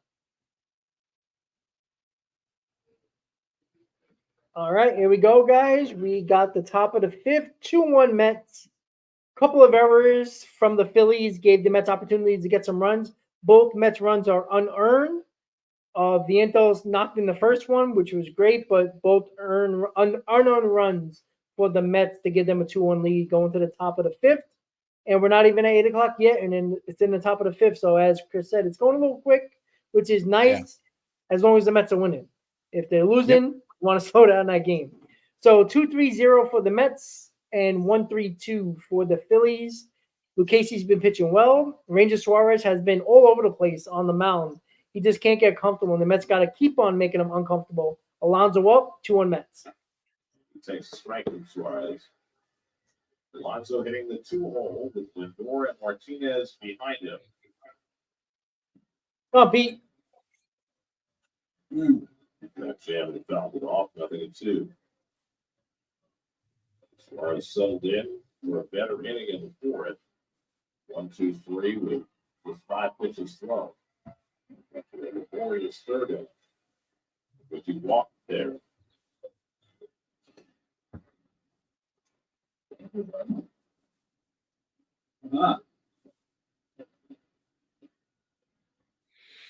They're really doing the Power Ranger thing with Ranger Suarez. Rangers. They're not hockey fans, though. It's kind of neat, I'll say. Ranger fans. Yeah. Wrestling fans. A little corny, but it's neat. Baseball's all about the fan interaction, so it's important to be a little creative. I should think you haven't had kids in a long time. No, I haven't. Thank goodness. Oh, Come on, beat it Pete. out. Beat it out. Come on, Pete. Where's that hustle? Yeah. Didn't feel like a competitive swing from Pete there, 3-2. I feel like he just kind of floated his hands out there and just kind of prayed. It's kind of I might strike out swing. I'm curious what your thoughts and opinions, as well as the chat's opinions, are on Steve Gelbs, because I enjoy his sideline commentary. He's obviously a horrible announcer when he's kind of filled in, but a lot of people like to give him some grief on social media. So I don't know, man. I mean, I don't think he's terrible, but he's not Kevin Burkhardt. Kevin Burkhardt was great, but he's a hit or miss, but I don't hate him. Like, I think he does the job, and I think he does it okay. I mean, I'm not going to give him an award, but, Kevin Burkhardt, he was doing his thing and then, got the Fox. I don't know if Steve Jobs is going to be one of those guys to move on to better pastures. I do appreciate you saying that publicly. I really do. Yeah, no, I agree with you. Daniel's saying he's better than ESPN. That's funny. Anybody's better than ESPN. I mean, even Apple figured out, let's get broadcasters from both teams to make it sound better. ESPN just doesn't have a clue. They never do. Even though they have done a good job with the NHL playoffs. I got to give them credit for that. Yeah. The NBA commentary is just absolutely terrible. Just their agendas against the Knicks just makes my ears bleed. But yeah, they hate the Knicks.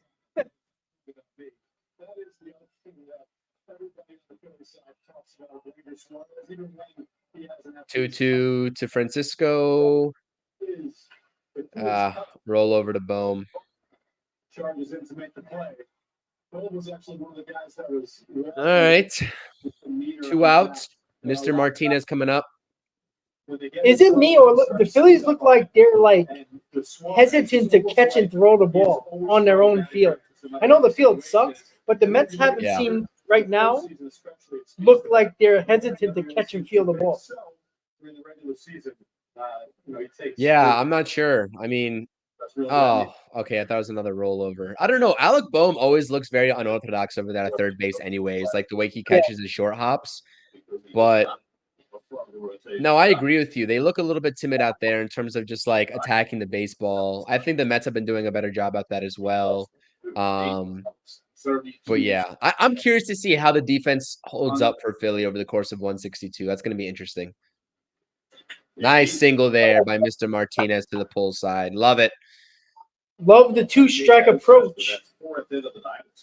Not over swinging, level swing. Just get the bat on the ball and find a hole. Look at that. How about a bloop and a blast here for Mr. Vientos? That'd be nice. I like that a lot. Out front, but he's so strong. He's still able to keep that back. Let's go with one hand a lot. Oh, Mark. Mark Vientos is after a first pitch changeup. Now he's over swinging a little bit. Yeah, now we're starting to see him expand the zone a little bit, which I don't like. Oh, Mark, stay within. Come on. First man run. He struck out in the third. Chopper near the bag. All right. Next to step. Good time is the sun. Halfway through it. All right. Heading to the middle of the fifth. Yeah, Chris, I'm sorry.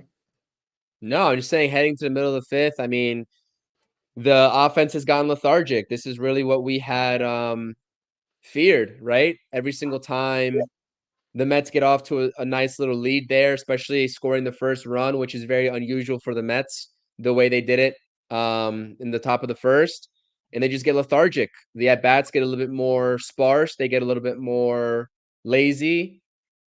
But yeah, shout out to Pete Alonso providing that extra run. It was basically a Pete Alonso run.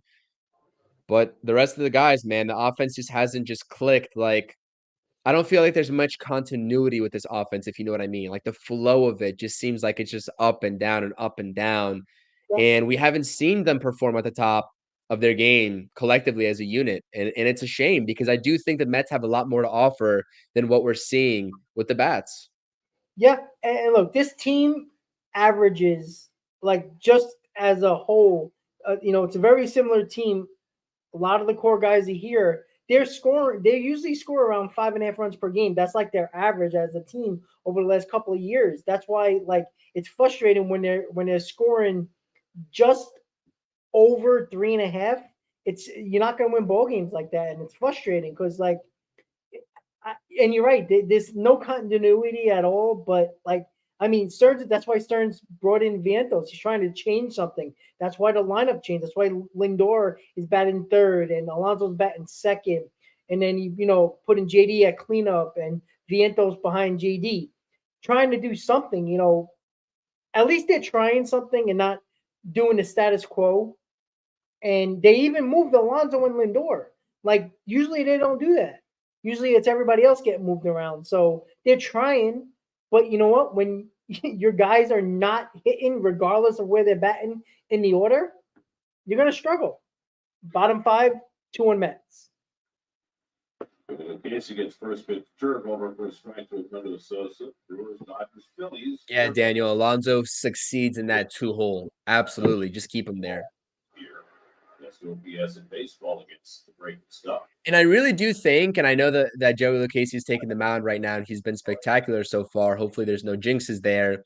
I really do think that you need to let this offense be a little bit more consistent in terms of the personnel that you're throwing out there. I do like this lineup a lot that Carlos Mendoza had thrown out there tonight. With a little bit of a shakeup, JD batting fourth, Vientos fifth, etc. It's had some early success here, obviously in the earlier innings, but you need to. I'd like to see this lineup get trotted out there tomorrow, the same lineup. Let these guys get comfortable in those roles instead of switching it out every other couple days. You know what I mean? Even if they score 2 runs and win the ball game. Even if they only score 2 runs, Rob, I'd like to see the same thing because there's only so much switching you can do with the personnel, and that's a strike. This umpire is absolutely atrocious. That's a strike. Leadoff walk. Here we go. Yeah, that's never good. I wonder how many. We haven't really known how many pitches Lucchesi has thrown in the minors. I do wonder if he's going to pitch, 90, 95, or is it going to be like this 80, 85? I mean, he's in the fifth inning, so at 54 pitches, so he can go a couple more innings if he doesn't have a long inning here. I don't think Mendoza is going to play. I think he's playing the long game with Lucchesi. Obviously, they brought him up for a reason. Oh, is that a balk? Or is that a timeout by the hitter? Oh, it's a pitch time violation. Pitch clock violation. The problem Mendoza wasn't sure about was whether he had Adrian Hauser in the bullpen. Because Hauser got hot in the bullpen late in the game yesterday, which is why. Where's that pitch? But he didn't know if Hauser could bounce. They caught the corner, man. This guy's horrible. Today, considering he's going to start his career.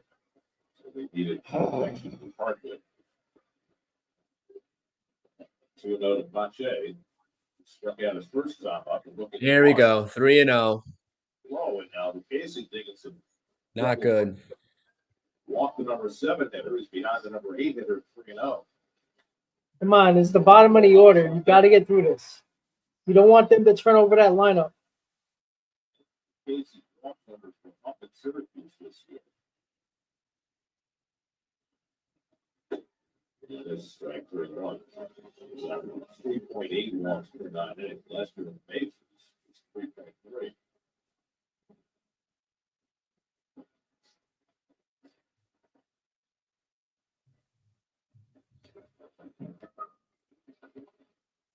Casey's pickoff was very strange reactions to like the base.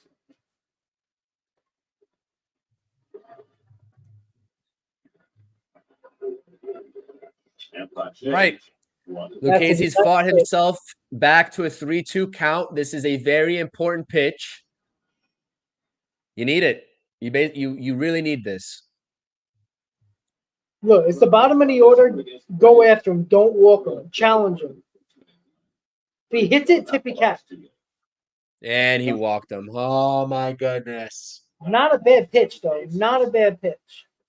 It's not a bad pitch. I agree with you. Oh, and there's Mr. Hefner. Speak of the devil here with Mr. Hefner coming out. What a ghost he's been, huh? 4.5 walks per 9 this season, highest in Major League Baseball. You're not going to win games like that.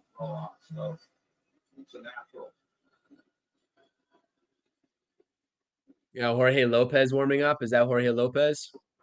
All right, so Phillies got first and second. Nobody out. 2 walks. And it's been the problem with the Mets, and it's been killing them all season. They've been pretty lucky for the first, I'll say, 25 to 30 games where they kind of got out of a lot of these situations, but lately they haven't. They've been burned by these walks. So, see, Joey Lucchesi can play a Houdini act here and get at. Look, it's the bottom of the order, guys. You can't walk the bottom of the order. Nope. Yeah. I'll take a triple play here, too. Whatever it takes.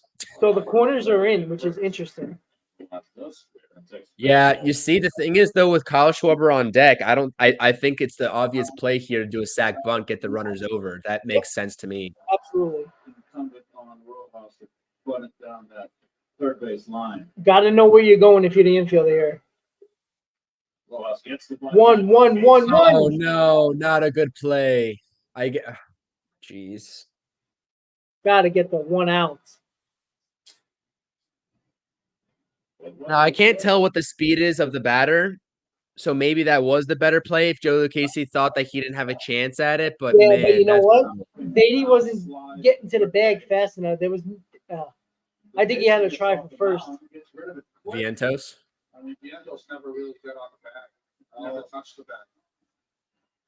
Wow. How much of a luxury is it for your 9-hole hitter to know how to actually put a bunt down in a key situation? Yeah, Mets right? can't relate. Mets can't relate. All right, come on, Joey. Bear down. Fastball down for ball 1. Hartwig is warming up in the bullpen. Casey putting himself in jeopardy with walks. And a quick 2-0 count to Kyle Schwarber here. This is absolutely brutal. This is what loses you ball games, and this is what has lost the Mets ball games. This is brutal.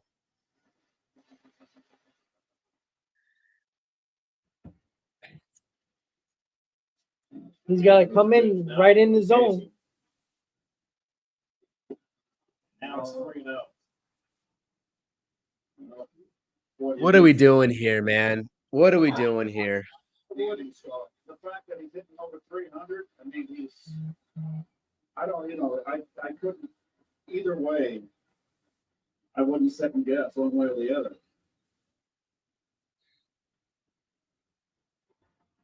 Four-pitch walk.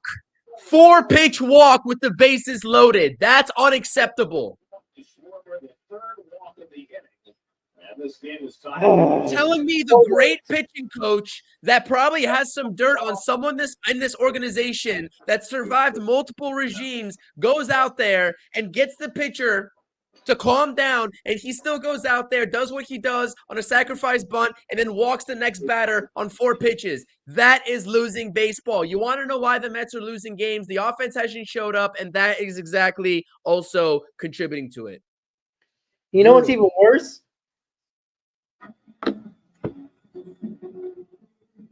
Every one of those pitches were down. This is loaded. This game now tied. No adjustments, man. Got it lined out to right. Yep, there goes the Mets lead. Great piece of hitting by JT Realmuto. They go base to base, and the Mets are now down 3-2. So Realmuto, after the 3 walks in the inning, Walk skill. It's frustrating. drives in his 16th run of the year to put the Phillies up 3-2. Well, just smart. You had opportunities to get more runs, a couple of more insurance runs, and now the walks have killed the Mets once again.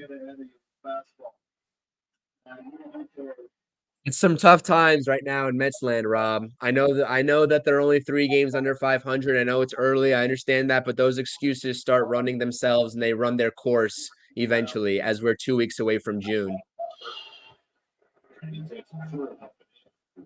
Casey's lost. Yeah. There's no recovering from this, and he's only at 67 pitches through 5. I guess it's caught up to him. Yep. Went to left field in first, his 10th of the year. Another base hit for Bryce Harper. It is now 5-2 Philadelphia lead. At least they got that runner out. They're trying to clear the bases. 2 runs come home on the double by Harper. Good relay by Lindor, but honestly, the way this offense has been shaken out, this just seems like it's ball game over. And I hate to say that. I hate to kind of just call it quits here, and I'm not going to because obviously we're here for the long haul. But this is demoralizing, Rob. This is very demoralizing. Yeah, I mean, this is how it's been for the last 2 weeks with this team. Can't score. When you got opportunities to get insurance runs, you don't do it. And on top of it, the walks have been killing our pitchers, and it's been leading to innings like we just saw. Once again, 4 runs in this inning. 4. And he did it to himself, too, because it's not like he was walking the top of the order. The bottom of the order was who he was walking, and it set up the big guys in Schwarber, Realmuto, and Bryce Harper. You're playing the best team in baseball record-wise. You can't do that. You can't make those mistakes against the best team in baseball. It's unfathomable. It really is. I'm frustrated, man. Yeah, and look, if you're gonna nitpick and try to be around the zone with a guy like Schwarber, Harper, Realmuto, Bohm, Stott, fine. If you have like 3 walks in the inning and it's facing those guys, I can understand it. I don't like it, but I understand it. Sure. Because you're trying to make that perfect pitch. Not to a 7, 8, and 9 that nobody. Have you heard of these guys? No. Like, come on. 7, 8, and 9. If they beat you with the bat, you tip your cap and say, all right, shit. I try to stay in the zone. I try to, throw strikes against the bottom of the order to not flip the order over to the better hitters. And 3 walks in the inning lead to this shit by the big guys on the roster right now. Yeah. Guys, it's brutal. It's a brutal time to be a Mets fan right now. There's not much process-wise that's going right. So If anything, just hit the thumbs up on the stream and help us out, and at least Yeah. give us that. At least give us that. Please just hit the thumbs up. Subscribe to the channel if you haven't done so already. This is being streamed to my YouTube channel and Rob's, by the way, as well. So make sure you hit the thumbs up on both streams. This is bad baseball, man. This is bad baseball. There's going to be big changes happening at this deadline if this keeps up. Yep. And Bohm rips one to center field.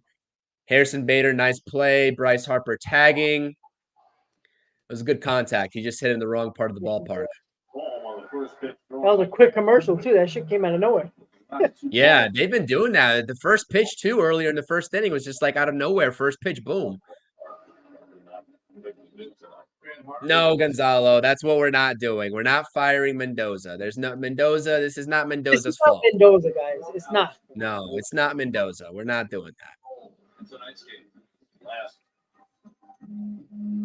You talk about the special coaches in terms of Jeremy Hefner and Eric Chavez. Sure, they can be gone all they want. I don't need Eric Chavez in here talking about contact this, contact that. Great. We've seen contact. The Mets have been one of the best teams in terms of not striking out.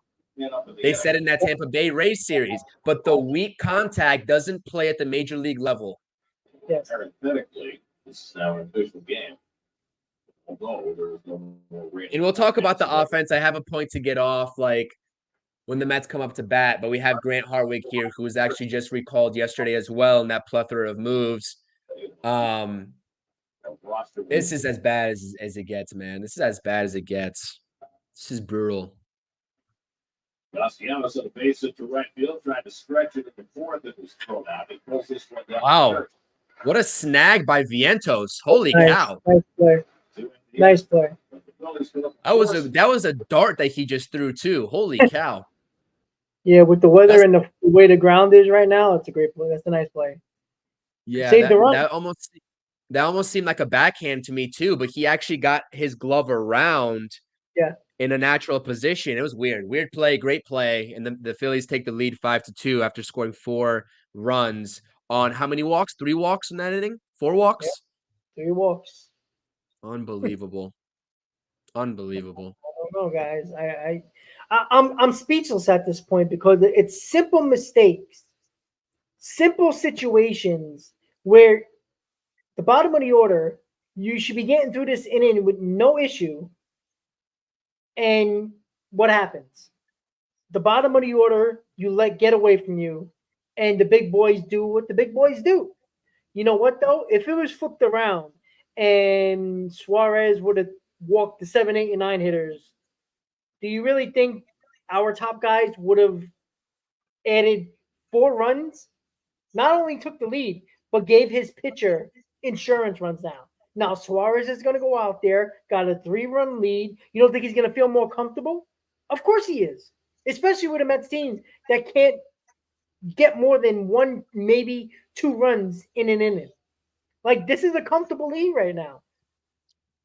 And I can tell you what he's not going to do. He's not going to pity-patty his way around the strike zone. He's going to go right after these hitters, which is going to make it harder for the Mets that already can't make solid contact enough. And that's what a lead breathing room does. And this is why we're stressing for the Mets to do it on the opposite side, and they just can't. Yeah.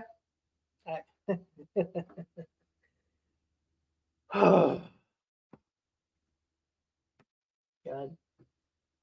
And Treese, I agree with you. I'm not going to lie to you. I'm not expecting Jeremy Hefner to hold these guys' hands. But when you have a multitude of pitchers that just like have these consistent issues, like this is a consistent thing at this point. And at this point, if you're a major league pitcher and you've gotten to the major league level and you're walking the ballpark consistently, like there's something mechanically going wrong. And that is where Jeremy Hefner, it is his job to step up and the walks to start dying down, because there needs to be a mechanical fix there. Whether you're falling off the mound too much, etc., doesn't matter. And that's where I do blame Jeremy Hefner. So I agree with your point, but I think you have to look at also the flip side of it. And Ranger Suarez is out of the ballgame. Spencer Turnbull is now in. That's kind of a questionable move. What was his pitch count? I don't know, but maybe they just didn't feel comfortable with him because he really wasn't pitching well. The Mets just happened to just not be any good with runners on. I don't know. Weird. Yeah. Yeah, maybe they just decided to cut their losses. If so, if Ranger Suarez goes up to Rob Thompson's like, I just don't have it today, make the move. More power to him. You listen to your pitcher. All right, well, 5-2 Phillies, top of the sixth. Mets better get going, or it's going to be another loss to the Phillies. Yep.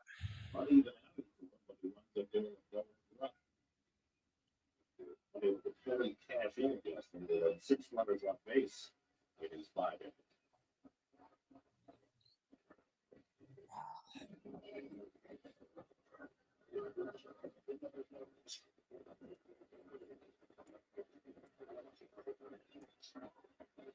We redid the batter's boxes and this stuff now.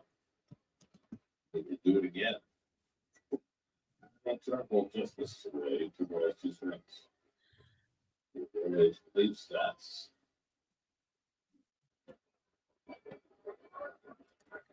Brutal. Brutal.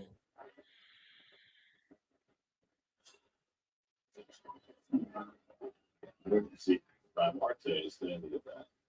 Marte that made her McNeil for the Mets in the 6th. Look, Easy, I agree with you on that. Like, we've been saying this for years. Like, Hector has been kept his job over, 3 different regime changes? And you know what? A lot of people around baseball like Jeremy Hefner. He would get a job tomorrow if the Mets fire him. They like him around the league for whatever reason. I don't know why. Makes no sense to me. I don't get it. Questions about what the Phillies would do if they go to the 6th. Look at that Mets dugout, man. It just looks deflated. Looks like there's no energy. You know, it's hard to like get after them on that because like they're trying to figure it out. It's not like they're just sitting there, what are you eating after the game? They're trying to figure it out. It's just not coming to them right now. But good at bat by Marte here in the 6th to lead off the inning. Full count. Full count. I agree. Hopefully we can get on, start something here, maybe a mini rally, but instead it's a weak ground ball to the second baseman. How many times have we seen this? Weak contact, ground ball. Yes, we love contact. We love playing small ball. We won 101 games doing so in 2022. Well, you know what? When you prioritize weak contact over intentional swings, and that's what the Mets aren't doing right now. They're not swinging intentionally and with a purpose to do damage. They're swinging defensively with the purpose to put the ball in play to not strike out. And you're not going to get on base. You're not going to start rallies that way. I'm sorry. This is the major leagues. It's an outdated hitting approach, and Eric Chavez is the culprit of that. Let's just call a spade for what it is. It really is. And every single time I listen to Eric Chavez go through what his approach is and what he tells the Mets hitters, I pray that he's not actually telling them that and he's only telling that to the media, because it is just it's honestly minor league stuff. It's not even major league level advice that he is portraying. Yeah. The New York Yankees, Johan Santana beat them. That's how long ago it was. Explosive. I agree with you. This is a boring team. I'm sitting here yawning every couple minutes. I might have to go and make myself another cup of coffee here at 8:22 to try to get this one through and get to the 9th inning, because this is just absolutely brutal. This offense is putting me to sleep, and the pitching is not doing any better. Obviously, Joey Casey, that half inning. Yeah, I'm about to take a shot of nitro. That's how much they're putting me to sleep. Strikes in 2-2. That and we played first in Detroit. Oh man, I'd rather be at work. That's saying something. If you got a Mets fan saying they'd rather be at work with how hard Rob grinds at the new job, then you know you're doing something wrong as a team, man. Another full count. They're working accounts, and they're still taking weak contacts. Yeah. That's what I'm saying. Like, working the counts is great, but like when you're down 5-2, you need some quality contact. Let's see what Bader does right here. Signing free agent with the Phillies. Another rollover to the shortstop. Fantastic. How many times are we going to see these great at-bats, quote unquote, work the counts 3-2, you get a fastball and you roll over? This is unbelievable. Like, are we like waking up to realize that this is just unsustainable? And even those lucky, like, I'm not, and like, I obviously was riding out the wave with Brett Beatty and all those sort of bloopers that he got for hits and the lucky contact and the lucky sort of hits that he was getting early on. Obviously, there is a little bit of luck involved there, and I don't want to diminish what he was doing early on the season, but you're starting to see even him when he's in the game. I know he's not playing today. Just the weak contact doesn't play over the course of 162. Jeff McNeil, another guy, weak contact, weak contact, weak contact. It's horrible, man. It's a bad process and it's bad results. That's what it is. I agree. You said it perfectly. Just adjusting the There ain't really nothing for me to add. It's perfect. Exactly what you said. now. Oh, Not bring up insult Acuna. to injury. when you feel Wow. this right now. And this is a pitch that if he didn't swing and foul off What are you going to say, Rob? Sorry. It's time for Acuna. He's hurt. Bring him up. He's just really chasing that cutter. Yeah, that's brutal. That was a couple balls off the inner part of the plate. Jeff McNeil tried to turn on it, and he fouled it right off his knee, I believe. It looks like his knee Oh, shin. or shin. I think they're looking at that knee, man. Let's see where the next You might be contact. right. Left knee. Yeah, right off his knee, the Ooh. top part of his knee. Wow. Hit it off your left knee. That's how badly he's hitting right now. That a ball was so far inside that he swung at a pitch that he fouled off his left knee, not his right knee, his left knee. Yeah. It's not easy to do. No, take that's him not out. easy to do. Oh, we don't have an That's very infielder. unusual. We talked about it earlier this stream. If one of these guys gets hurt, who's coming in? And it looks like Brett Beatty is going to be the one playing second base for the Mets in the rest of this ball I game love because they it. don't have another I middle love infielder. it. Oh, yes, I love it. Brett Beatty playing second base, baby. Let's go. I think he's going to stick this at bat out and maybe they pull him in the half inning, but that's a big stinger. Like, I've done that myself a couple of times in my day, and that is never fun. That's actually really dangerous too in terms of like any sort of fractures that could come about that knee too. Jeff McNeil don't want to get man. Wally tipped. So they were late. Dealing with a knee injury of his own. Not the last. All right, Jeff. Maybe you can stay on that back lane and maybe drive a ball. How about that? Brett Beatty's like, get me in this ball game right now. Come on, Jeff. All right, Jeff staying in for the time being. 2-1 count. Beatty's left-handed bat up there against Turnbull. I get the running. Choking up a little bit on that bat. I see about 2 inches of a choke right there. I like to see that. Nice play. All right. Grounds out. Good play by Bryce Harper. I'm not going to lie to you. That was decent contact. He tried to find the hole, but he doesn't look right in terms of actually running out a ball. He does not look right. Take him out, bring up, put Beatty at second base. Look, you get to see Beatty at second. Maybe he shows you something. Who knows? Brooks Raley for second base. He can't throw the ball, so it's not going to be good to put him at second. Love the comments, guys. Keep them coming our way. Drop your comments in the live chat. Hit the thumbs up, being streamed to both YouTube channels. Hit that subscribe button if you're new here. Yes, Star Wars 99. Jeff is injured. Curious if he sticks into this ball game, if he sticks it out. I'm curious. Oh, we'll see. But hey, you know, it's interesting though, because like a lot of people are saying it in the chat. We've been saying it. The boring play by the Mets. The lack of energy from this offense, like the walk just demoralize a fan base, demoralize a team. It starts to become not just a bad team, it becomes bad habits. And when bad habits happen, you lose games in any way possible. Ninth inning with Diaz, with your closer on the mound with a lead. Yesterday, basically a no-show with Nola pitching a complete game. Today, you look like you have a little bit of a spark early on. You had chances to add some insurance runs. You don't, and it leads to you know what? We can kill Lucchese for walking the bottom half of the lineup, but guess what? He had to be perfect because the Mets didn't add insurance runs to give him a little bit of breathing room.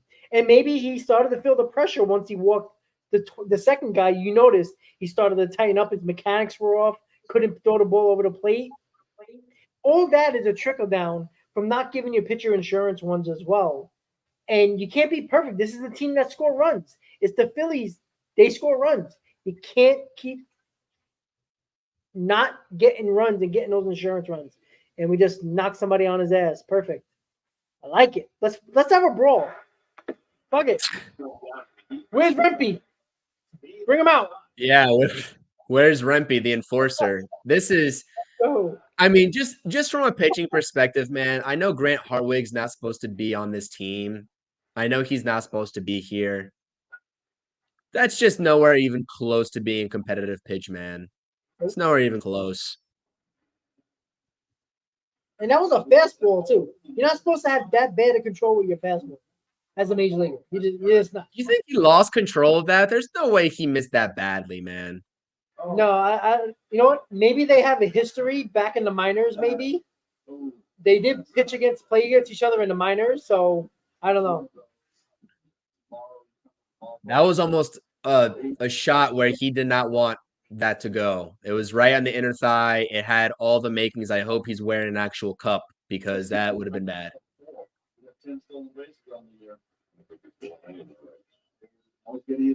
That is the worst spot to get hit, man. That hurts. I know when I was in high school, my last game in the playoffs, my senior year, I got hit by a pitch on the inner thigh, and I had to deal with that for the last half inning and watch the other team celebrate. Oh boy, here we go.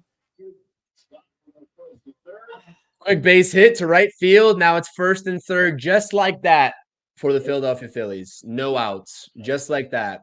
And guess what? Bottom of the order. Yeah, this is brutal.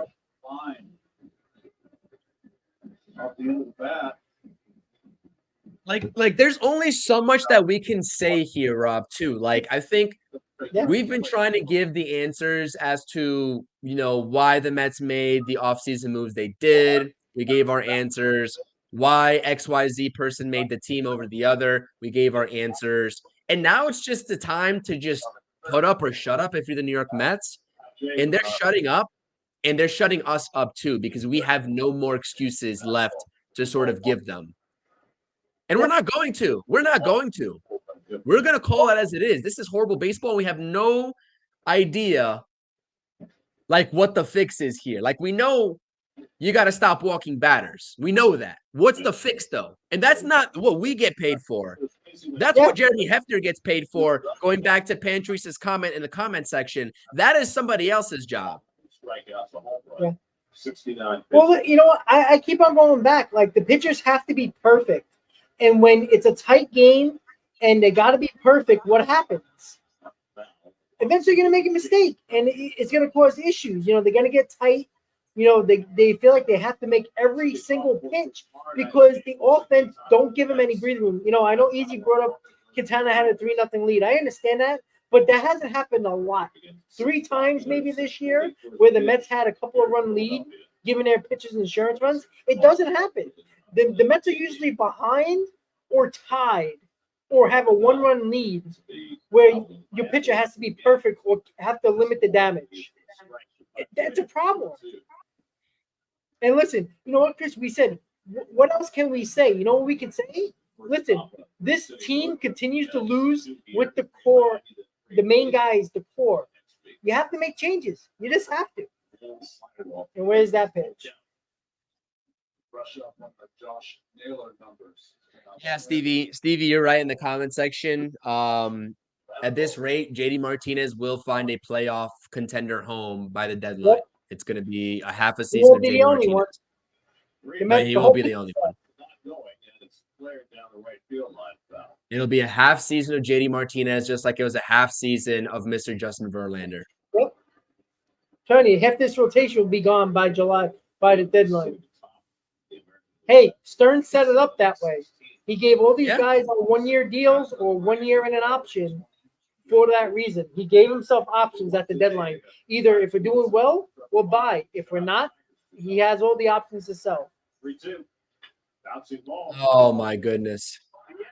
All right, he still recovers for the out. Yeah, it would have been a double play. Had he billed it again. I guess he wasn't as good, huh? Scott comes in to score. This is a good comment here. I want to say NY committee saying the Nationals with a bunch of no names are playing more competitive baseball and ahead of us in the standings. And they also basically rebuilt this team. This is their rebuild team that they're still rebuilding, and they're going to be competitive. Honestly, not this year, right? But next year, the year after, they have all the tools to be competitive because they're playing with a young, energized team. And that's what the Mets are not. The core is not young. They don't look like they're energized, right? Maybe outside of Brandon Nimmo. I know Pete Alonso's been doing well here recently, but they're not energized all in all. The young guys on this team may not even be here next year when you're talking about Brett Beatty and Mark Vientos. Obviously, Alvarez is going to be here. He's hurt right now and on the shelf. Like, it's a completely different makeup of the team, and this is why big changes are going to happen in the offseason and at the deadline to try to move this team in more of a Nationals direction in terms of being more athletic, being younger, and being more energized to change this clubhouse vibe. Yeah, and look, David Stearns. This isn't his team yet. This isn't most of his players. He hasn't put his stamp on his team. He's trying to, put like, Elmer's glue on this team to try to do something with this team. So, he's got to work his magic. It takes time to do that. But what people, you're talking about the Nationals, right? They went through a lot of seasons where they were basically irrelevant for many years to get to be a little bit better, maybe a 500 team. That takes years. Unless you want the Mets to completely break up everything down and lose 90-plus games for 4 or 5 years, it's not going to happen. Like, they're the mediocre team that's trying to find their way. That's basically what it is right now. Oh, chat saying McNeil error. Yeah. Of course. Let's see what fashion. We're a little bit behind. We apologize. We're streaming this on the SNY app. Oh, goodness. I mean, it was a good stop, but that's just a horrible throw, man. You got to realize who the hitter is. You got to realize the speed. You didn't have to rush that throw. Situational baseball lacking yet again for the New York Mets. Yep. I mean, great stop. He had time. He had a lot of time. Why rush? Schwarber was barely even running. What are you doing? Brutal. It was the first error charged to the Mets. The Phillies have been charged with 2. But there's been yeah, that's a great comment by Jay here, saying that this team was built around Lindor. He's a great shortstop, but he's not the hitter that he was signed here to be. He's not. And that's why obviously that contract is going to be very hard to get rid of. Don't build it around Lindor. Get young pieces and move him out of the 3-hole. I've been a proponent for moving out of the 3-hole for such a long time. I don't know, man. This offseason, I said there's going to need to be lineup shakeups. We talked about it. Here's where I appreciate the comment from what was it, Jay, right? Yeah. Yeah. I appreciate the comment, but it's not true. They built this team around Alonso. All right. Lindor was the add-on. Like, you can call him the second guy, absolutely, but he is not the guy. Like, did you expect him to be a 100-plus home run guy, 35 home runs? He's not that player. He never was. He was that player early on with Cleveland. He's a 25 home run guy, 90 RBI, 90 to 95 RBI guy. That's what he's been. Pete Alonso is the guy. They built this team around Pete Alonso. Like, we can kill Lindor all you want. This is the problem that I have with a lot of fans. Stop only blaming Lindor. They did not build this team around Lindor. They built this team around Alonso, right? Alonso was here 2 years prior to Francisco Lindor. They built this team around Alonso. Lindor hasn't been great. I'm not going to say he was, but Lindor has put up numbers consistent with what he's done the last couple of seasons prior to being traded to the Mets.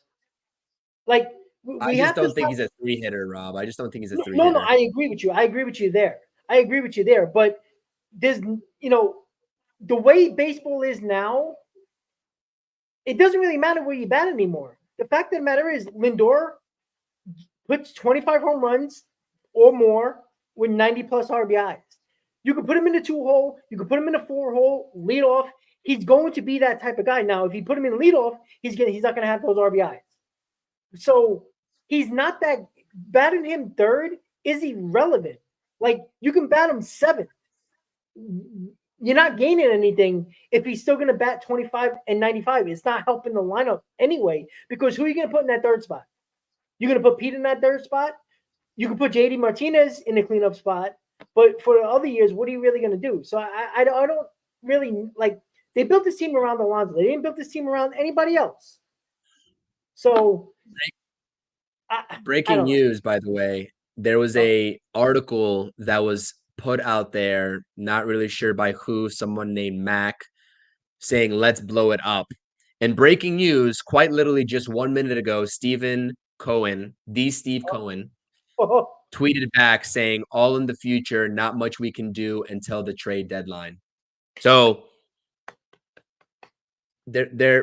it's a serious consideration, and they're keeping their eyes out on this trade deadline market, man. Well, you know what? Good for Steve Cohen for saying that, because now Met fans, don't be mad at the deadline if that does happen, because your owner just told you that it could. Yeah.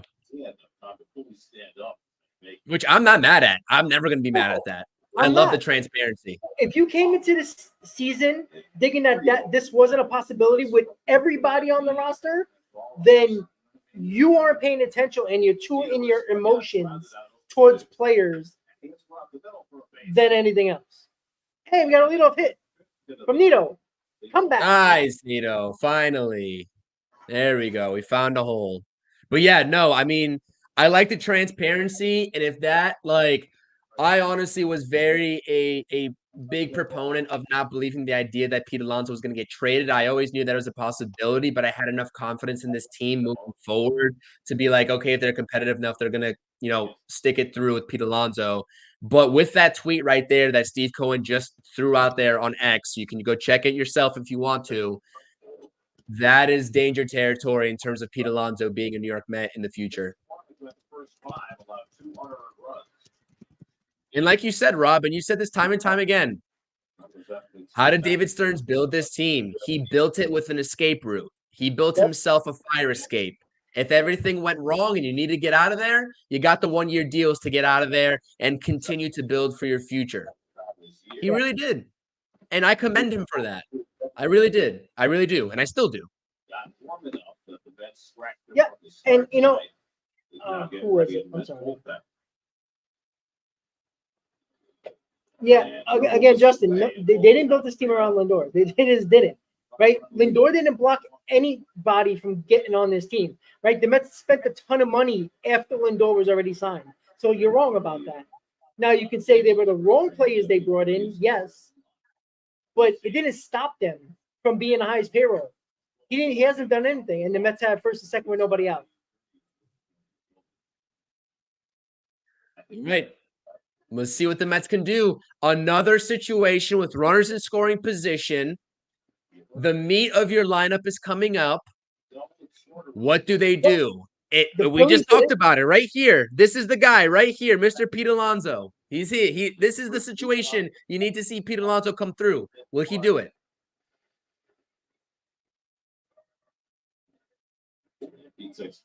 This is where I want to see Pete and Lindor drive in runs. Not JD, even though that's great.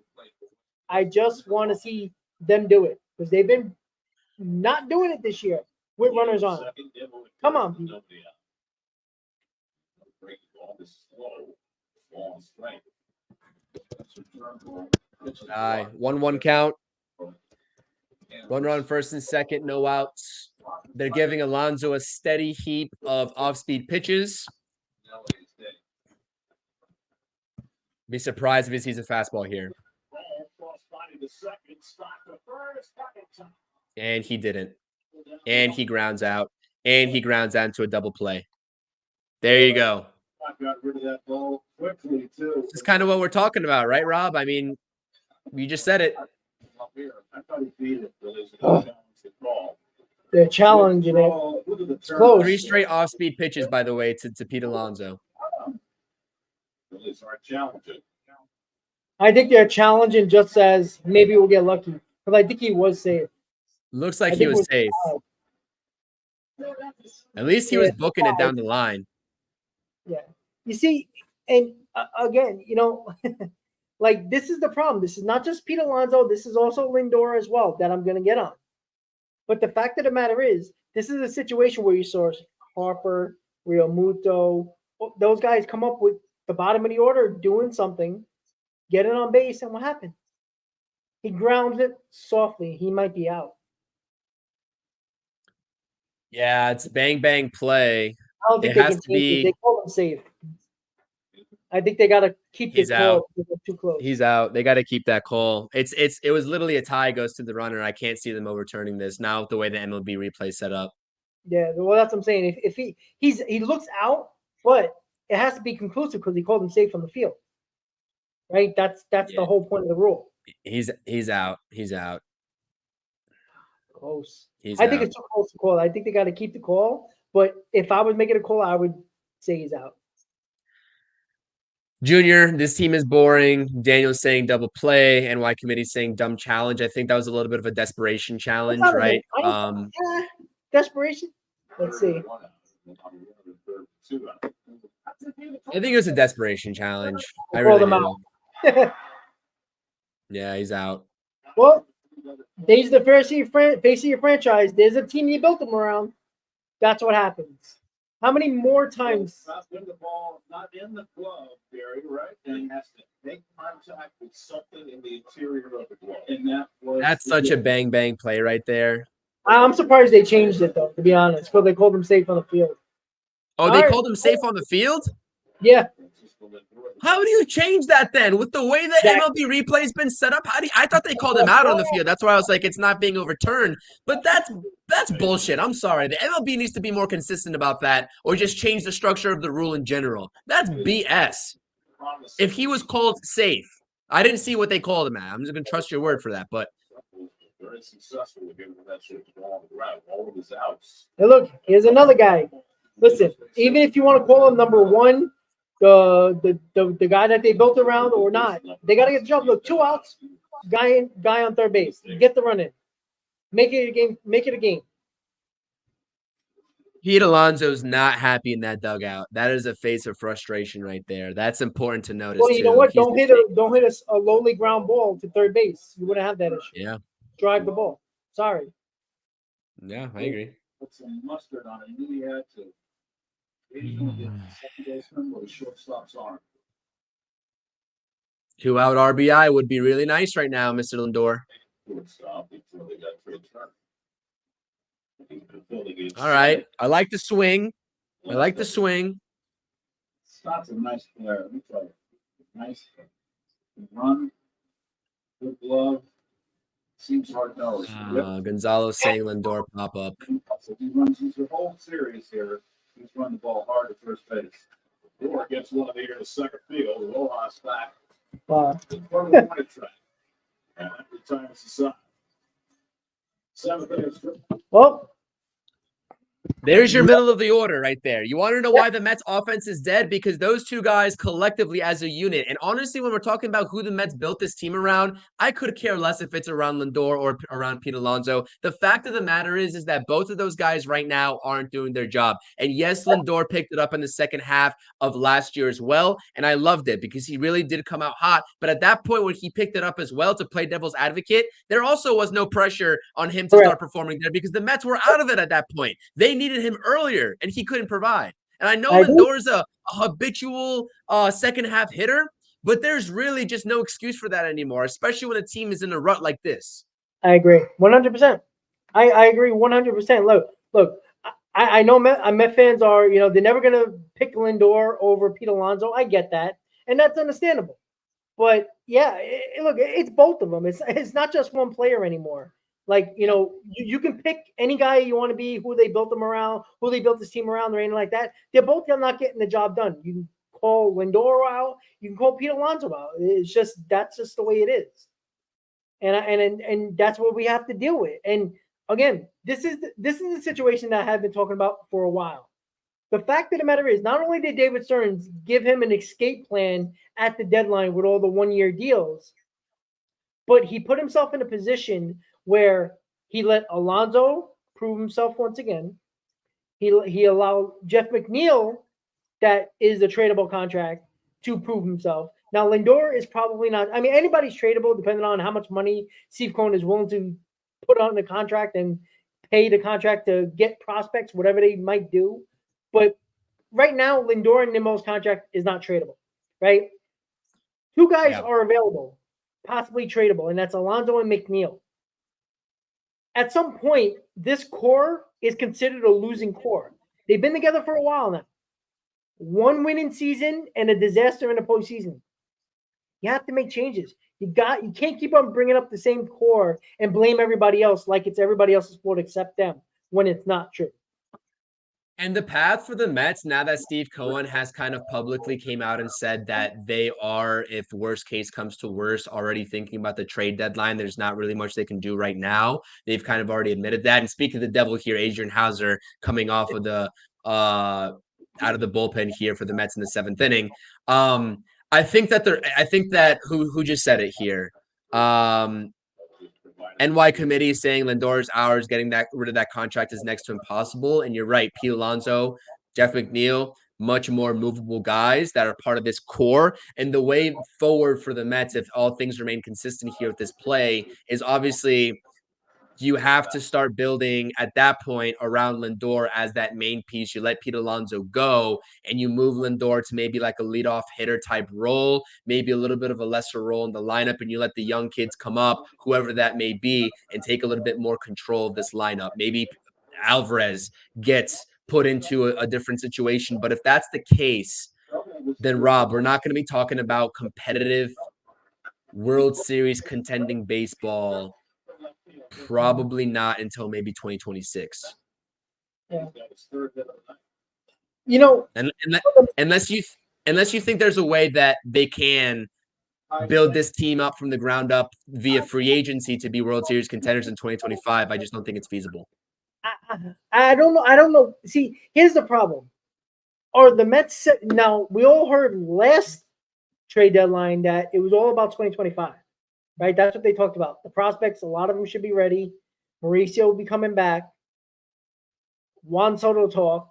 The Mets won't have a rotation. They need to set up their rotation. So I honestly don't know what they're gonna do. I really don't. It's really a question mark at this point.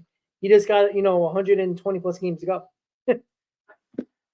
Yeah, I agree.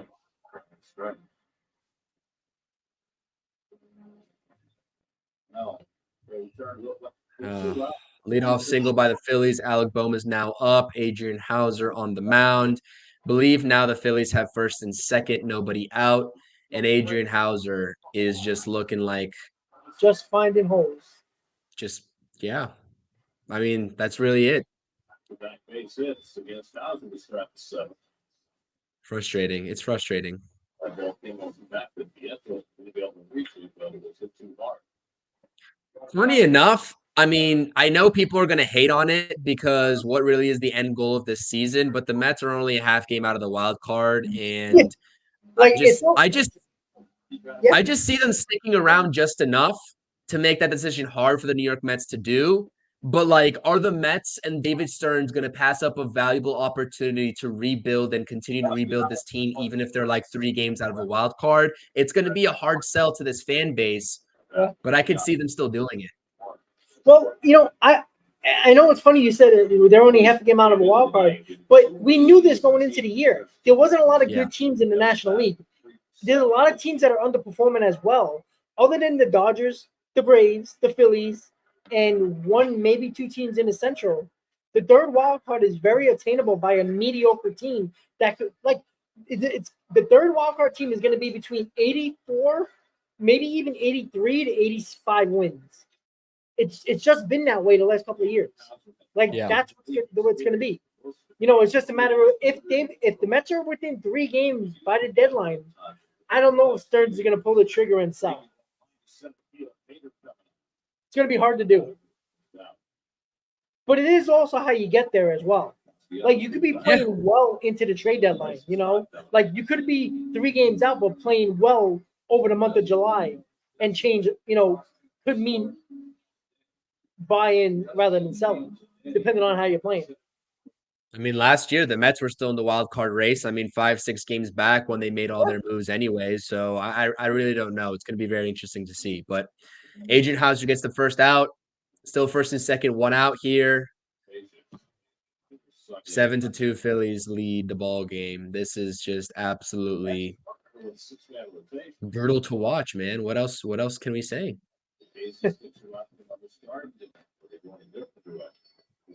And providing no excitement. Man. Appreciate everyone being in the chat here with us, though, despite the circumstances. We definitely appreciate it. Listen, I have over 90 in the chat on my channel right now. I do appreciate it. With the Mets playing like crap, to enjoy talking back and forth because the Mets are not showing any life. So we have to do it for you, and you do it for us. Strike to Scott was hit on the late back pitch to start the 6th inning. That came around to score.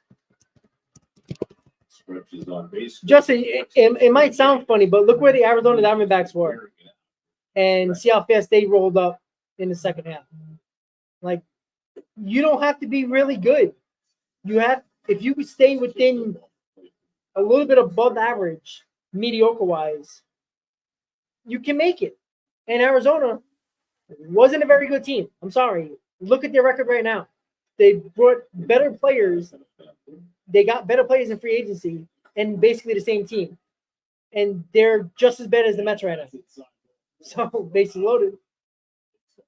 That should have been a strike, by the way. The other pitch.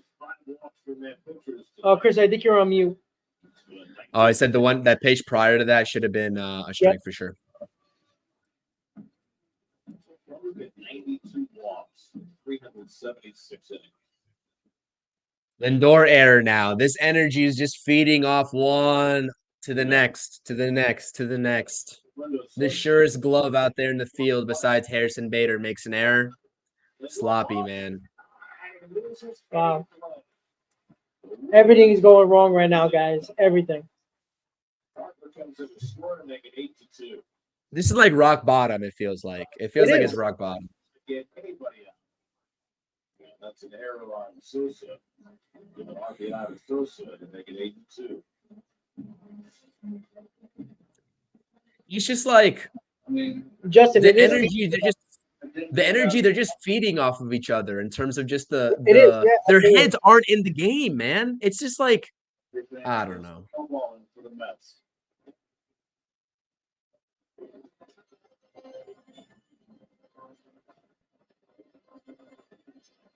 Sometimes all you can do is laugh, Gonzalo. Sometimes all you can do is laugh. Wishful thinking, Jay. Let's hope. That's wishful thinking. Third, but Vientos didn't have the clean lead. Was able to get the out at first, but that led to another run. Jay's like, maybe this year June will be the Mets month.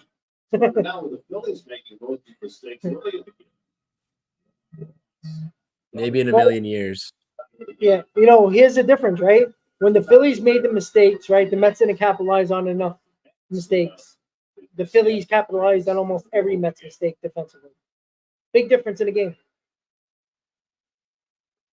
To the Pache with the bases loaded and 1 out. He hits fly ball to center. That'll get That's a run. another run. Bader gets behind it. Ball tags to third. Ball will get in the score. The throw goes to third and sliding it safely there. It is Scott, and Sosa moves up behind the play to second. Yeah, at least we got a Ryan Clifford promotion here recently to Double-A. That's another big bat that should be on his way up to Queens maybe sometime next year. Yep. Sosa will get the scoring position as well. And he missed the cutoff man as well. And we're gonna get picky here. It's not really picky, it's just fundamentals. Really been better off. I'll be right back in 1 second. Yes, sir. 2 out now. Rojas. And he takes a strike. Rojas 0 for 2. He had a sacrifice in the 5th. It's another mistake by the Mets. First and second, Rojas laid down a bunt. Casey went to third, too late, and that loaded up the bases. Sinker taking low, ball to strike. Oh, guys, I don't know anymore. Scott now at third, Sosa at second and 2 out. And Rojas is thrown off the thumbs down to third. Vientos has a tag play but doesn't take it. And everybody's safe, and the run comes in. What are we doing? Sosa from third base, and instead of looking to try to tag him, he looked to first base where he had no play. Scott comes in the score, and it's 10-2. Well, the momentum is gonna carry it in front of the bag. You're right here. We could have just stayed right on the bag and. Like, why aren't you taking third base? And that's just really playing. And this is why Vientos isn't a major league player. Because of the fact that he has no position. What are you doing? Step on third. Let's see. He waits right there for the ball. He's got easy tag. And he's also worried about the ball hitting the base.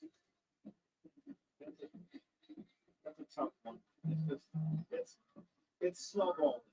But it's Murphy's Law.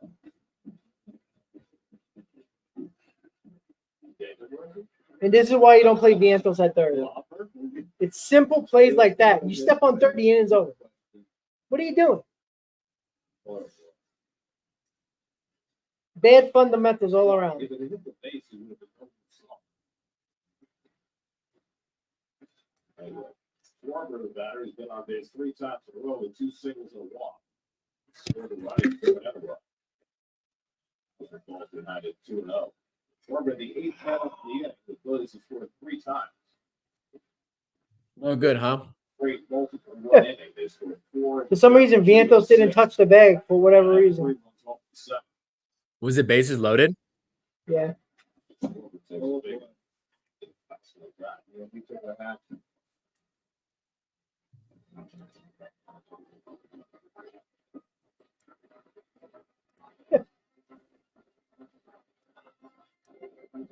On the set, there we did like this.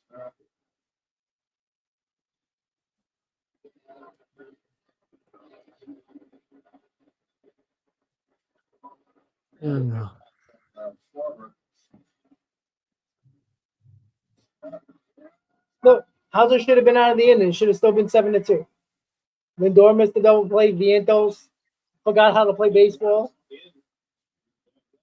And this is why we talk about Vientos and the problem with the Mets with Vientos. He's positionless. He's not a third baseman. He's not a first baseman. Like, unless you're hitting 350 and hitting bombs all over the place, you're not a good player. I agree. I agree with that assessment. Look, I want He him can't play third base. No, he can't. Look, the Mets were forced to put him in because the offense has been lackluster. They try to get his bat into the lineup. But you can't make stupid plays like that, and this is not the only play today.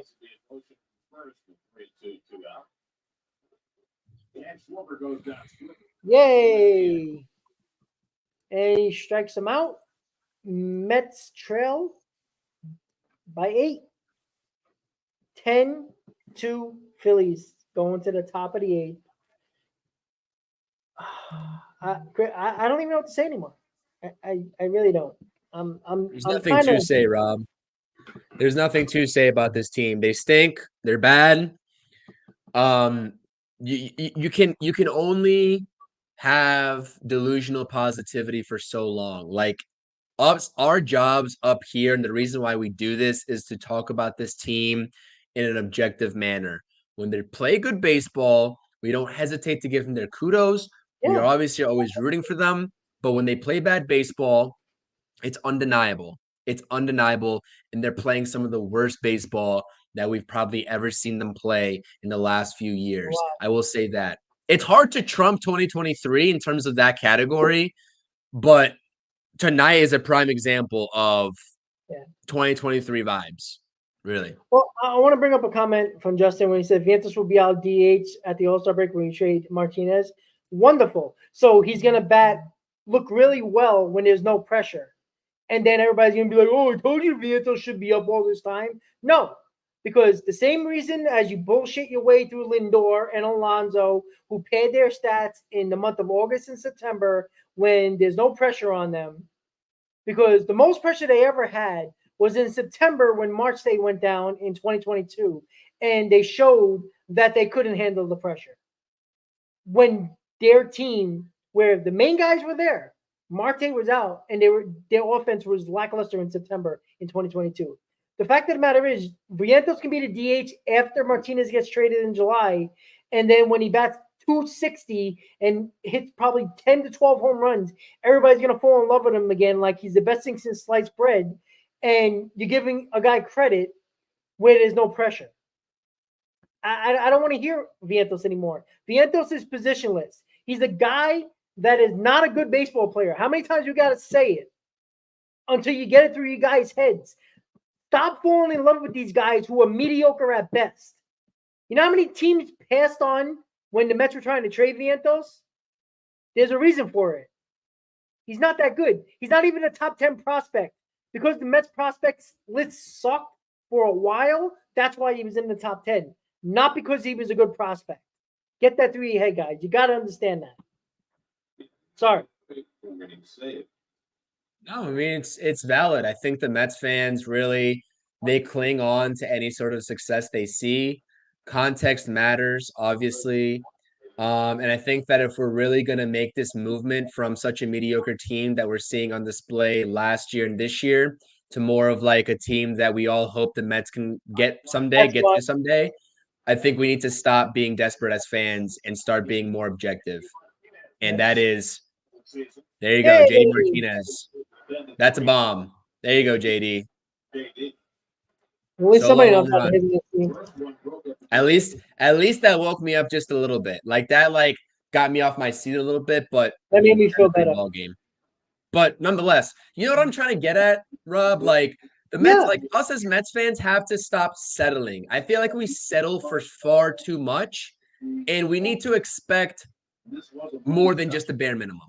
Really.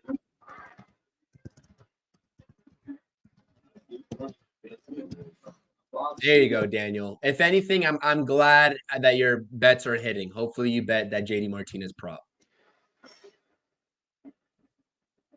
Yeah, I mean, the old man has to show everybody how they hit. Sorry, but JD Martinez for the last week has been the best player on this team. Yeah, I agree with you. I agree with you. Someone said JD Martinez for hitting coach, and I'm not going to lie to you. I would do it in a heartbeat. That man knows exactly what he's talking about in all the videos that I've watched him on MLB Network and other areas where he digests and sort of breaks down his swing and the approach. That man is a guy that I can get behind as a hitting coach.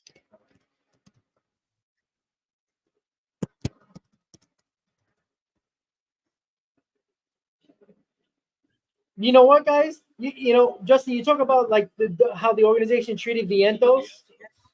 There you go, Vientos. There you go. Look, 3 regimes treated Vientos the same way. You know why? Because he's not a very good player. They treated Mauricio the same way. They got Lindor that stopped Mauricio, right? Mauricio had every opportunity to just put his head in the ground and not be anybody. You know what he did? He learned a new position. He got to the big leagues by playing second base, by playing third base. Look, the Mets got JD Martinez because they don't trust Vientos. There's your answer. Very So simple. my thing here is, Rob, and I'm agreeing with you in the line of thinking. I think that Mark Vientos elsewhere could be a serviceable player, but him being Agreed. positionless is not going to find him playing time on this Mets team, especially for the long haul, the future. And when you talk about a DH in a position that's been lackluster for the Mets, obviously before JD Martinez, who's absolutely been on fire recently, you can't part ways with JD Martinez, which they inevitably will do at the deadline if this keeps up, and expect for Mark Vientos to put up, like you said, 260 and 12 home runs, and then have people say that he should be the DH of the future. The Mets need more. That's accepting the bare minimum to me. I'm not accepting that. And if anything, I think that if Mark Vientos settles in as the full-time DH for the second half of the season, if JD Martinez is gone, it's as a trial run to get his trade value back up. Because I have said it before the season even began, I don't see Vientos as a part of this organization as a fit. Not because I think he's a horrible player, I just don't think he's a fit. Well, that's the other thing too, right? Like Vientos would fit on a team like the Mariners, right? He would probably fit on a team like the Cubs, like teams like that, like teams that don't really need him on the field. Here's the problem: the Mets don't really have a third baseman. They don't trust Beatty enough bat-wise, so they have to use Vientos, who's a butcher at third base, to get a spark with a bat, which Vientos isn't good enough to do that. And now you find yourself in a situation where, let's be honest, guys, if Mauricio didn't get hurt, that's in the gap. Oh, man. Damn. Listen, if Mauricio didn't get hurt, Beatty and Vientos would be in the minors right now because Mauricio would be playing third base. That's how much they believe in Beatty and Vientos. Just that simple. And that's a guy in Mauricio who was stopped by Francisco Lindor, had to play another position because of Francisco Lindor, and still found his way to be a productive player, better than Beatty and Vientos, playing a different position. Yet he would have took their position at third base right away if he never got hurt. Steve Cohen deleted his tweet. He deleted the tweet. Love it. That's funny. This is beautiful. He deleted his tweet, but yeah, he basically, I mean, maybe we're just taking it the wrong way and it didn't come across as that. Maybe he was just maybe he snarky. Maybe he can, but maybe he was being like, if it comes down to that, we will make those adjustments, but we can't even think about right now because one, we're trying to compete, and two, there's nothing else we can do until the deadline kind of approaches. But I don't know, man. It just seems like the writing is on the wall, and they already have their preference, and the Mets team is really going to have to convince this front office to not become sellers. Like, I'm talking about being in an actual wild card spot and not 3 games back of it. Yeah. Is that gone? No. Oh, my goodness. I think it went off the end of the bat. It did. The contact fooled me because I'm listening on mute for our audio. So that fooled me a little bit. Careful. Yeah. Now the wind is blowing directly in now. Not so hard, but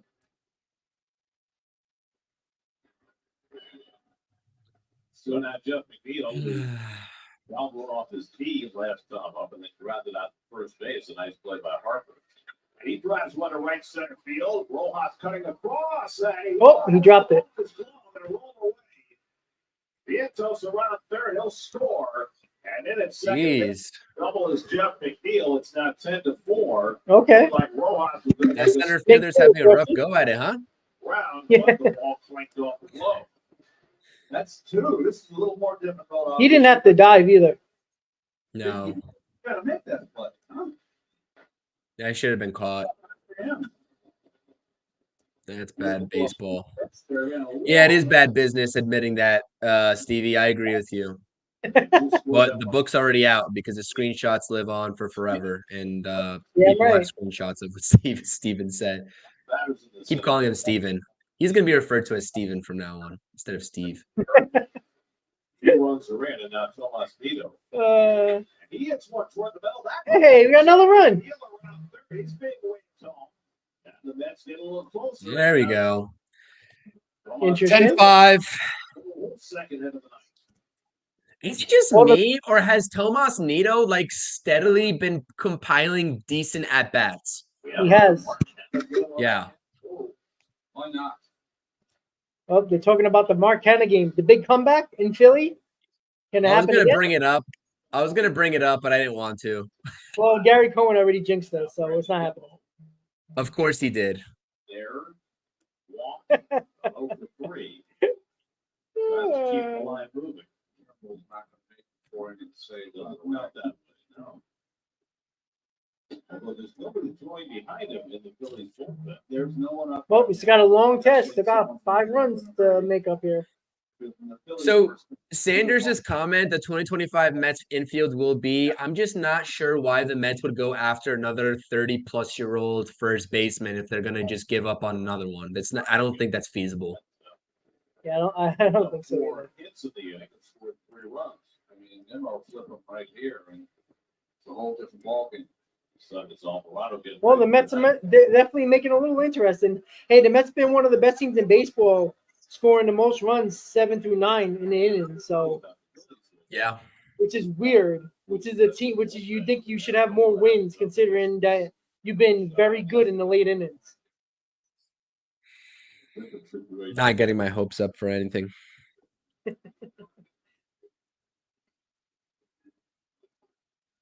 Overworked bullpen. Needed a spare part brought in today.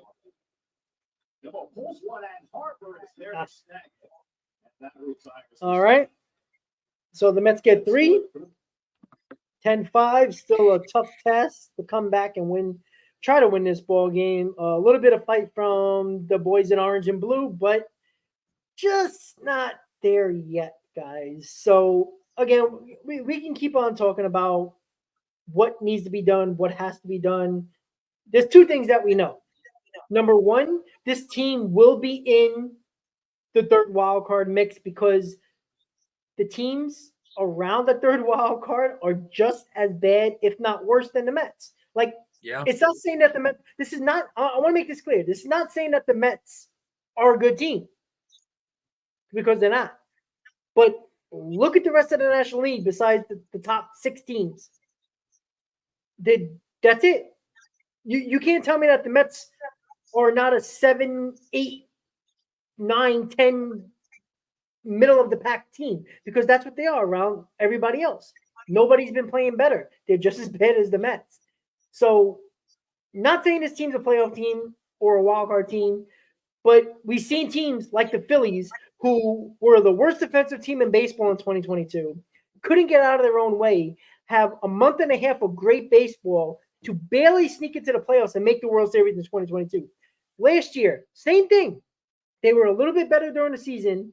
Late in the year, they got hot, went on another run, got beat by a team that got hot for a month and a half in the Arizona Diamondbacks, who made the World Series and showed why they weren't a really good team in the World Series, how they got destroyed against the Rangers. The fact of the matter is, all you got to do is make it. Not saying the Mets are going to win anything, but all you need is a hot streak at a certain point in a season. If the Mets stay close enough, I'm telling you right now, Steve Cohen is not going to allow Stearns to trade off everybody if they're within 3 games of a wild card, regardless of record. It's just is what it is, guys. But we'll see. They're not going to win this game most likely. If they do, I smack myself in the face in front of 100 people right now on my channel. But we'll see. This team has done stupider things, but we'll see. Here we go, guys. 10-5, bottom of the 8th. Yeah. What did Rick Serrano say? I don't want to say this because obviously it's all just speculation. We don't know what goes on in the clubhouse. But Brennan just is kind of making the comments saying these players just seem like they're here for the money. It just goes back to that clubhouse problem that we were talking about, right? It just goes back to that lack of fight as Pete Alonso simply just cannot, for the life of him, understand how to throw the ball to the actual lead foot of the pitcher. It's a thing that happens time and time and time again. I understand the conditions are bad, but Pete Alonso This is probably the 20th time this season I've seen you with my own eyes throw a duck of a ball. What is that? What is that? He's just floating the ball up there. Lead the pitcher when he really needs to. And Hauser's like, here, he's giving him the glove right in front of him. Throw it here. Please lead me. Pitcher's perspective. How many times do we listen? I'm not even gonna rant about that. My previous point before Alonso did that, did they call him out still? At least he was still out, but that's bad anyways. My point is that the clubhouse just doesn't seem to have any fight. They don't have characters in there. Like you said time and time again, Rob, who's the leader of this team? Who's going to go out there, be vocal, and get the guys surrounded? Maybe have a players-only meeting or two to say, let's get our head out of our asses. It doesn't seem like they have any leaders. Just have a bunch of followers and a bunch of individuals in the clubhouse. And I forget, and like, it's obvious when former players talk about that. Yeah. Zach Short, I'm pretty sure, talked about that here recently as well. The differences in the clubhouse that he's been a part of, because you know that he's an Atlanta Brave now, and he's seen both clubhouses. It's not a secret anymore. This clubhouse is not at all put together in a way that is conducive to winning baseball games and going out there and giving your best effort. And not only giving your best effort, because shit happens. Shit hits the fan, Rob. This is baseball, and it's a hard game. But when shit does hit the fan, how do you get out of it quicker than you got into it? This team doesn't have any tools to help mitigate and fight that off at all. I agree. Well, quick 1, 2, 3. How about that? Well, Mets got last licks in the ninth, down by 5. Can they pull a miracle? Middle of the lineup, Alonso, Lindor, JD coming up. Oh, of course it's going to be those guys. Why would it be anybody else? And we'll see a Pete Alonso solo home run here. Typical, to be honest. Look, the fact, look, you talked about leader. We've talked about this over and over again. Pete Alonso's not a leader, right? That's okay. Your face of your franchise doesn't have to be the leader. But you can't act like agent-wise, now find out you turned down a contract extension that the Mets offered you, right? And say time and time again, I want to be in New York. I want to be in New York. I'm sorry, guys, but Alonso's not getting more than what the Mets offered him in that extension. No team's going to give that to him because Pete Alonso to the Mets is not what teams around the league think of Pete Alonso. Like, we have to understand that. He's not better than Matt Olson. He's not better than Freddie Freeman. He's not getting more than those guys. Until you guys understand that and realize that other teams don't see Pete Alonso like you do and many other Met fans do, don't be shocked by that. Because Pete Alonso might fit the Mets, but he's probably not going to fit other teams. Not for the amount that he might think he's getting.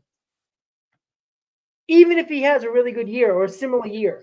Because teams don't see that around the league as a guy that is going to fit their team.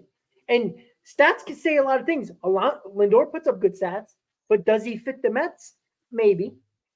Possibly. And this is not just about Alonso either. This is about Lindor as well. The fact of the matter is, there's an easier change to make, and Alonso is one of them. We'll see how it goes. Like I said, look, the emotions have to get taken out of this to come back to reality with this entire team. All right, here comes the solo home run, guys. Get 2 outs. Walk a couple. It's just nauseating to have these conversations on May 15th consistently. It's just nauseating. Well, at least it's a pop-up. Take care of that for the first out. So we're waiting around. 1 down. Because the numbers from Dominguez had a solid year last year, but Sir Anthony Dominguez, 7+ ERA this season, huh? He's got good stuff. Yeah. I always liked him. He, as soon as he figured out his wild streak, he's been really good. Takes a knee-high fastball for a strike. Spencer Turnbull went 3 innings of relief through 54 pitches, 3 runs, 5 hits, 1 walk, 1 strikeout. Ranger Suarez, a pitcher of record on the long side. Calling the Phillies to the World Series in May never usually quite works out the way you want it to. Yeah, right. Well, didn't have to make us make it interesting. Why would they? 2 down. J.D. Martinez, the batter. J.D. has a single, and then he homered leading off the 8th inning, his second of the year. We'll see. I can see Pete Alonso going to the Giants for that contract. I can see it, but not many other teams are going to give it to him. Right now, third, a 4-pitch inning for Sir Anthony Dominguez as the Mets go quickly. All right. What a quick inning. At least they saved us from extended misery, man. At least they saved us from that. 10-5 final. Well, it was quick, all right. They clearly wanted to get out of Philadelphia. Yeah. I'm just finishing up the scoreboard here for everybody, so we can talk about this wonderful game that we watched for 2 hours, almost 3 hours.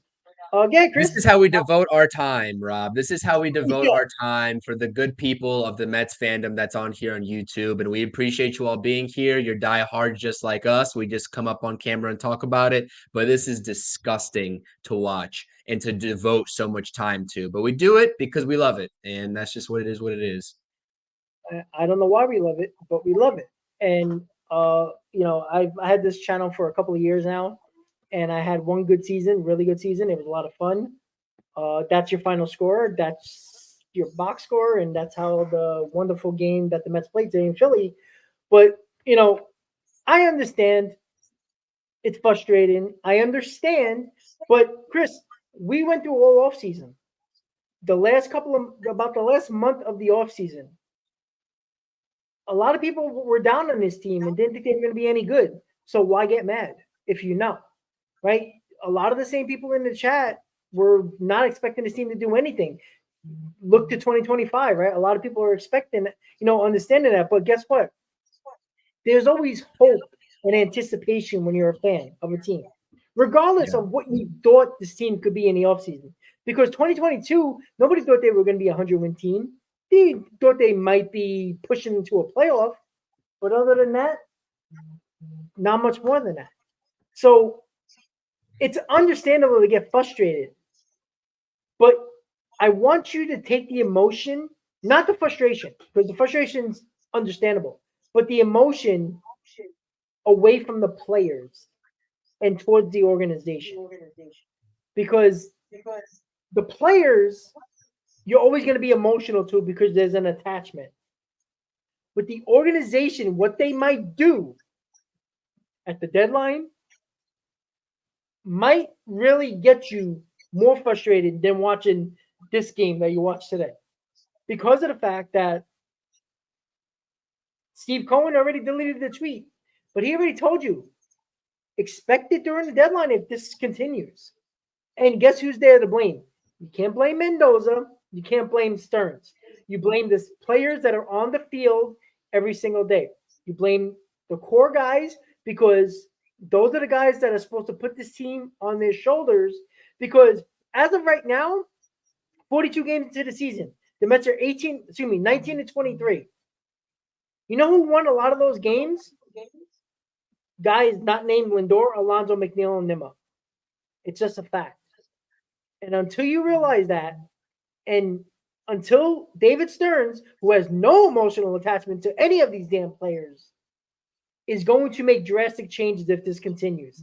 And I'm 100% on board. And if you're not, you are not paying attention to what's going on the field and using your emotion to let that emotion stick to these players like they're the best thing since Tom Seaver and Darryl Strawberry and Keith Hernandez, when they're nowhere near those guys, and they never will be. Pete Alonso can have the most home runs in Mets history. If he don't have a World Series to show for it, great. When his number 15, 20 years down the line gets retired, we're going to look back and say, well, what did he really win?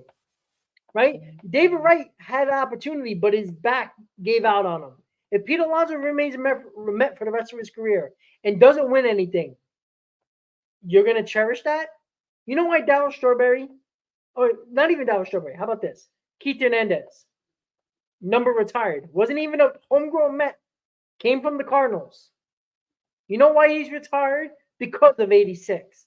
No other reason. He wasn't even the best player on the team. But you know what he was? A fucking leader who got a World Series in 86. Never was the best player on that team, but was a leader, was a fighter. That's why his number's retired. Pete Alonso can have his number retired, but it's only because of the stats if he doesn't help this team win. And since 2019, they've had one winning season with Pete Alonso as the face of the franchise. That's a losing situation going on year 6 on a contract year, Chris. I'm sorry to say it, it's just a fact. No, I agree with you. And I don't think that roster construction in the MLB is so quite clear cut, but Pete Alonso, I agree with you, doesn't give me the vibe that, one, he's a leader. So if you're not a leader, then you should be impacting the game in a lot of different ways and be able to carry your team alongside the rest of the core. And it just simply hasn't happened. Listen, Pete Alonso doesn't inspire any confidence in me that he can go out there and deliver consistently and win the Mets ball games if it comes down to him, put this team on his back when it matters. He's done it before on a handful of occasions, but it just simply isn't consistent enough, and it's not conducive to him getting a large contract that he wants. I'm not attached to any players on this Mets roster. Maybe if your name is not named Christian Scott or Francisco Alvarez. Everybody else, if you're able to find a home for them, cool. If that's what it needs to take and that's what the front office deems necessary to get this franchise and start the process of getting them out of the gutter and maybe starting more of a rebuild, so be it. Yeah, I don't know what else to say, man. I'm not attached to anybody. I haven't seen this core take over me. Yeah, exactly. Yeah, it's mess. I mean, great point. This is what we're talking about. And I was sort of still on the fence in terms of like making that final judgment this offseason. This was kind of like my last straw type of season. Rob, I knew that you were deep in the weeds in terms of that take, even going back to last season, that this core was not it and they were weak mentally. They were weak in terms of on-field production, so more power to you. I was going to give them this season to see if things turned around because I think the roster was set up in a way that gave this team just enough tools, maybe not all the tools in the world, but just enough tools to potentially be that core and surprise the fans and be like, okay, we believe in these guys. These guys can actually help us from here on out. But they've inspired no confidence in me. They've inspired no confidence in this actual fan base. If you're watching what we're seeing on the screen and you're not in La La Land, I agree with you. There's big changes that are going to happen regardless of where the Mets end up, whether they're a wild card team at the end of the day or not. There are big changes that are going to happen. And Steve Cohen let out a tweet today, whether he meant it in that way or not, as a precursor to that. And a lot of fans are not going to be happy. But guess what? A lot of those same fans are attached to these players. They are. And I get it. That's sort of like fan base. Fandom is kind of like give or take in that situation. There's people who fan for a lot of players individually, and then it's team after that. And then there's other fans that are team first, whatever it takes to have the team get out of the gutter, because the Mets are in the gutter right now. This is rock bottom in 2024 on May 15th. It really is. Do what's good for the greater good of the team. Root for the team that's on the front, not whoever's name is on the back. That's and I think that people just and I think people need to just start taking and listen, you're in love with Pete Alonso, more power to you. He's got some of the accolades, he's got the home runs, et cetera, but has that translated to winning more often than not? I get that people are in love with Francisco Lindor. Same situation applies, because it's not about Francisco Lindor versus Pete Alonso. It's about this core and what they can do together. And guess what? They haven't done much together. And that's just a simple bottom of the line from your 3 and 4 hitters over the last couple seasons. So that's my honest take on it. That's my rant after watching this 10-5 disgusting loss.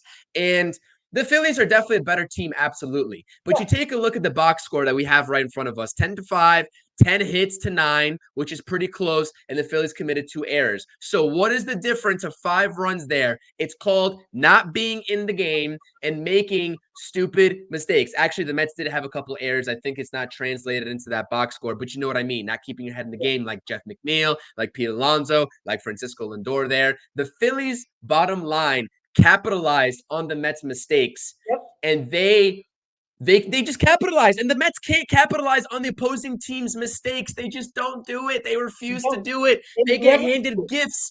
They get handed gifts on a silver platter, time in and time out. And you know what they do? They strike out 3 times with bases loaded, no outs. And they're like, no, we don't want a big lead. We'll be comfortable with the 3-1 lead. We don't want the 5th or 6th run. We're going to keep you in this ball game. Yep. It's sickening, man. It's sickening.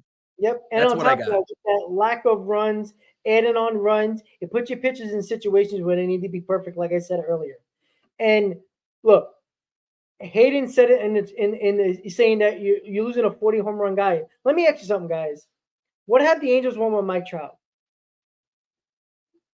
Right? Are Angel fans going to be excited that Mike Trout's going to be a career Angel? Great. You know when you're going to be happy? When they retire his number and he comes back in 15 years and you retire his number and you have a day for him. That's what Pete Alonso is going to be. And you know what you can do? That 40 home run guy and 120 RBIs, guess what? Give me 2 guys that hit 25 home runs and 90 RBI, 85 RBIs, and that extends your lineup. That bats 260, 270. That's how you fix it. And a couple of power guys who actually come up and don't hit solo home runs. Because the problem with Pete Alonso, and I talked about this, and JoJo brought it up. He's a Phillies fan, by the way, Chris, in the chat. He brought up Rhys Hoskins. I couldn't tell, JoJo. I didn't know you were a Phillies fan. I didn't have any clue. So he's saying Rhys Hoskins is raking in Milwaukee. We should have got him. Chris, you can vouch for this. During Mets Hot Stove, who did I say the Mets can get? Yeah, we both talked about it. Rhys Hoskins. And not because I don't like Pete Alonso, but you know what? I've seen Rhys Hoskins do it in bigger spots, in clutch situations, a lot more than Pete Alonso. And he's actually, I wouldn't say better than Pete Alonso defensively because that's not fair to Pete Alonso. But the fact of the matter is, you can't keep on bringing back the same people, right? You think trading Lindor, say if the Mets find a way to trade Lindor, is that going to make Alonso the de facto guaranteed leader of a team? Because I don't see that. Like, I don't think Pete Alonso is the guy to take this team to the promised land. I just don't. I don't see it in him either. I think he's probably like a 3rd or 4th best player on a championship team, not the 1st or 2nd best, maybe. You know what I mean? Like I dwindle it down to like basketball NBA terms when you talk about like superstars leading teams. And I know baseball is a whole different ball game. There's 9 positions on the field, etc. But Pete Alonso just doesn't remind me of that guy that you need to lead when it comes to crunch time, like Jalen Brunson is for the Knicks. That's my best comparison. Pete Alonso is not Jalen Brunson, man. Not even in the slightest. Well, I want to bring up Hayden's comment here. He's saying, Pete Alonso has no protection. Well, if he has no protection, then why is he hitting 40 and 120 then? Because then he shouldn't be hitting that. So it's not that he doesn't put up the numbers, but I want everybody to go and check Pete Alonso's stats. I really do. And Hayden, I know you're one of the biggest Pete Alonso fans that I know. Right? It's hard to find somebody bigger. But go look at his stats. I know you're a big stats guy. You're a big analytical guy. Go to the biggest numbers that Pete Alonso has throughout his career when the Mets are in contention. Go back because I checked this the other day. They're bad. Mediocre at best. Slightly above average when they're in contention. Anything after a certain point. Now, you can decide when the team's out of it. Right? You can talk about July of last year, maybe even middle of June of last year. And keep on going back to year after year after year. Even in 2022, Look who drove that team. Wasn't Pete Alonso. It was Starling Marte. It was Escobar in the second half. Because where was Pete Alonso when Marte went down, right? He was the only one. But if you're going to consider him, oh, well, we need him. He's the face of the franchise. Well, the face of the franchise was nowhere to be found in September of 2022 when they were one of the best teams in baseball when Marte, who was their best clutch hitter in that year, went out. They couldn't score runs. And that involves Lindor as well. But we're talking about Pete Alonso right now. That's the problem. That is the problem. Because you know what? Bryce Harper didn't start off well with the Phillies. But guess what? They still see Harper as the face of this franchise. Right? It's not Stott. It's not other guys. It's Harper. Right? And Easy, this is the best thing that I think, and this is where I was going with this. I dropped a podcast episode about it on my channel. I talked about it on the pregame stream yesterday about the rankings of the Mets hitters with runners in scoring position, and Pete Alonso and Francisco Lindor are abysmal. Your 3 and 4 hitters, obviously before tonight, because Pete Alonso got moved to the 2 spot, not even in the top 100 in baseball. You got DJ Stewart at 97. Only 2 hitters in terms of the batting average category with runners in scoring position coming into yesterday's ball game were in the top 100 in all of the MLB. Brandon Nimmo is at number 30. And I know if you've been a part of this channel, if you listened in on the pregame yesterday or maybe my podcast episode that I released, then you already heard this. But Brandon Nimmo being ranked 30th in the league with runners in scoring position in the batting average category, and then DJ Stewart all the way down at 97, being your only 2 players in the top 100, and Francisco Lindor being number 200. He's ranked 200th, and Pete Alonso being ranked 165th is a problem. You're not going to win ball games that way, especially with those 2 guys that you count on being the juggernauts of this lineup in the middle of the lineup. It's not going to happen. No. It's not going to happen. It's bad baseball. Yeah, you know, I don't want to just put Pete Alonso in a nutshell by himself because it's not fair to him. Because yes, he has numbers, but we can talk about Lindor. Just like Met fans have no problem bringing up Lindor, padding his stats. Alonso does the same thing. Look, I keep on talking about the core. The core is those 4 guys we continue to mention over and over again. McNeil, Nimmo, Alonso, and Lindor. I put Lindor in there because he was around that right in the middle when Alonso just came up not too long after that, and then McNeil right before Alonso. Fact of the matter, and Nimmo's been right around there too. The fact of the matter is that this core is not good enough. And there's certain changes you can make within this deadline and the offseason. And the 2 obvious ones is McNeil and Alonso. That's why, look, if Alonso had a 10-year deal, I would be talking about trading Alonso. Like, you know, if it was Nimmo that didn't have a contract, I'd be talking about Nimmo. The fact of the matter is you can't bring back the same core. I can care less if you bring Juan Soto, this guy, that guy. The fact of the matter is if this team wins, Juan Soto's not going to get all the credit. It's going to be the core, right? Just like 2022, we gave accolades and credit to Alonso, Lindor, Nimmo, McNeil, right? When things got bad, Max Scherzer, it was this guy. Like, the pitcher wasn't good. But if you look into that game, they had opportunities early in the game before they got blown out where the offense didn't do nothing. Like, it comes back to the same thing. How many more guys you need to put around the core that the organization and the fans, let's be honest, wants to keep around for a long term? Nimmo, you can't get rid of him. He's so happy and smiles all the time. McNeil, batting chip. You can't get. How many times did we fight with fans about Jeff McNeil over and over again? He's a bust. He's done. Let's stop it with Jeff McNeil. Same thing. Look, Nimmo is what he is.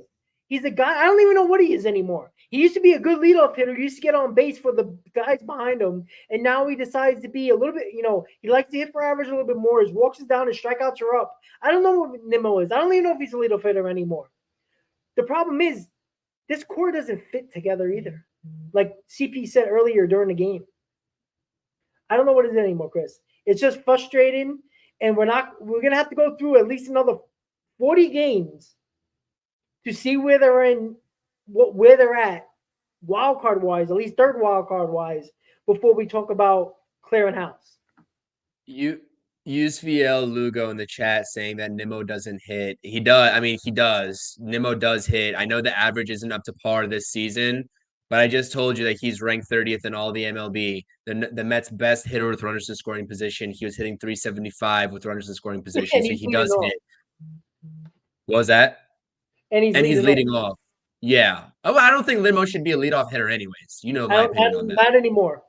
Yeah, I don't think he should be a leadoff hitter anyways, especially with the way this lineup's constructed. I don't think he should be. I think he should be in the middle of the order because he's one of the better Mets hitters, right?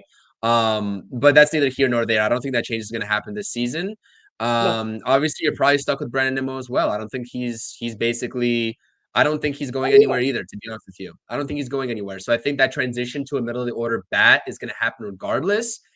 Maybe depends on what Francisco Lindor does from here on out. But I think that maybe Lindor is going to be maybe you flip flop them. Maybe that's the change you need. I don't know, but I think that this Mets team is in much bigger trouble in terms of the bad baseball category and the bad plays, the bad fundamentals, not keeping your head in the game, and one simple lineup change. Like flip flopping two guys in the order is not going to change that at all. Yeah. We can do flip. At all. Good. Sorry. Good. No. I know. I was just saying. Yeah. I don't know what your question is here, USVL leading off. Like, I don't care where Nimmo hits, to be honest with you. He's gonna hit regardless, and he's gonna drive in runs. He's also coincidentally the guy who has the most RBIs on the team in the leadoff spot, which is phenomenal. That's like almost unheard of, to be honest with you. His OBP is at what? I think it's probably taken a dip here in the last couple of games because he's taken an 0 for 8 in his last 8 at bats, I'm pretty sure, with a walk it mixed in between. But it was at 379 just 2 days ago. Yeah. So he's getting on base. Obviously, the hits are coming sporadically, although he did catch fire here as of recent. Before the last 2 games, he was swinging the bat really well. But most importantly for me is that when you have a situation with runners in scoring position, I don't want to be able to trust my leadoff hitter because I don't think he's going to be that anymore. Like you said, Rob, trusting your leadoff hitter with runners in scoring position over your 3 and 4 hitters is absolutely asinine. It's a problem. If not Nimmo, who do you think is a better leadoff? Francisco Lindor. He's proved that in Cleveland. He's proved that he's a better leadoff hitter. Yeah. He did. And I know that he could be maybe a different player than he was back then, but I really do think that Lindor is a better fit for the leadoff category until one of the young guys comes up, whether it's Acuna, whether it's Gilbert, or whether it's Williams, whoever slots into that role. But it doesn't matter right now because the Mets really, the leadoff position, whoever's leading off really isn't the biggest question mark with this team. It's everything else. Everything else. Yes. Yeah, I agree. I wouldn't mind Lindor lead off. I mean, might as well try it. I mean, they already, mess with the lineup a little bit. I mean, mess with it a little bit more. And Easy brought up, I'm harder on Alonso because he wants to break the bank. It's not even about just breaking the bank. It's just the fact that you can't, every time they ask a question about being in New York, you say you love it here, you want to be here, you love the fans, you love the atmosphere. You say it all the time. And, you turn down a contract that I think was very fair contract for I don't even think the Mets are getting a deal out of that extension. I think they're giving you a lot more than you deserve, to be honest with you. And I thought it was a really fair offer. It makes me feel like I don't think he wants to be here. And look, that's okay. That's his prerogative. He has that right. And I will never get on a player for, look, if you don't want to be here, you don't want to be here. But don't bullshit your way through the media because the media, treats you like gold and is soft with you and treat Lindor like a dog and treat you like, the best things in sliced bread. Like they're soft on you. But don't keep on going to the media and saying you want to be here and basically show no signs like giving rejecting an offer that was very, very player friendly, not really team friendly. Because I would have given him a 7-year deal. Just shut up. Don't say nothing. That's it. So, Chris, I want to get your final thoughts here. Mets lose 10-5. There's not much to say about this game, so it's pointless to really talk about this game because we talked about it over and over again. Going forward, there's about 45 games until the trade deadline. I think it's like 91, 92 games. I talked about this season is going to be a 90-game season, half a season is where it's going to be do or die, buy or sell. Going forward, what do you want to see from certain players that you might want to see do something here? Maybe the Mets have a chance to turn this around and be buyers at the deadline. I think this is general advice. Whatever Eric Chavez is teaching you, don't do it. Just don't do it. Don't do it. I mean, I don't know what else to say at this point. That's a great answer. That's fucking great. I don't know what else to say. Like, I want an offense that is taking meaningful swings and is being aggressive. And this Mets lineup, we said this word time and time again. It really is the word when it comes to the Mets. It's timid swings. It's not good swings. The process is all jacked up. And I want to see more aggressive swings. You see the Atlanta Braves. They're swinging with a purpose. They're swinging to hit the ball out of the park. They're swinging to hit it gap to gap. They're not swinging to sneak a ground ball through the right side. Although sometimes that's how it works out because it's baseball and you catch the bat, you catch the ball at the wrong end of the bat and sometimes it sneaks through. I understand all that good stuff. But the process is just like when I look at a team with the naked eye, you look at the Phillies, you look at the Braves, you look at the Dodgers, they swing with intents and purposes to do damage and to do bad things to the baseball. And the New York Mets lineup in general does not. JD Martinez, I think, does. I think maybe he's one of the only players, maybe Brandon Nimmo's in that category. But all in all, it's very scared, very timid swings that I'm seeing from this lineup. And guess what they say? Scared money don't make any money. And right now, the Mets aren't making any money. Jeff McNeil's already made his money, but Pete Alonso hasn't made his money yet.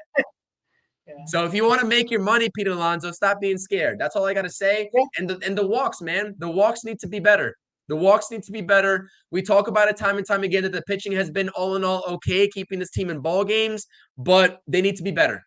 Yeah. So that's what I need to see. That's what I need to see. This offense, though, really needs to come around. If the Mets, to answer your question, are going to be buyers at the deadline, by some stretch of the imagination, they need to take better swings. They need to take more purposeful swings. And that's what I'm going to leave it at. Absolutely. And JoJo, I'll never go on that Phillies bandwagon. I'll shit on the Phillies before I even look at them. And yeah, fuck the Braves. Absolutely. We're on board with that.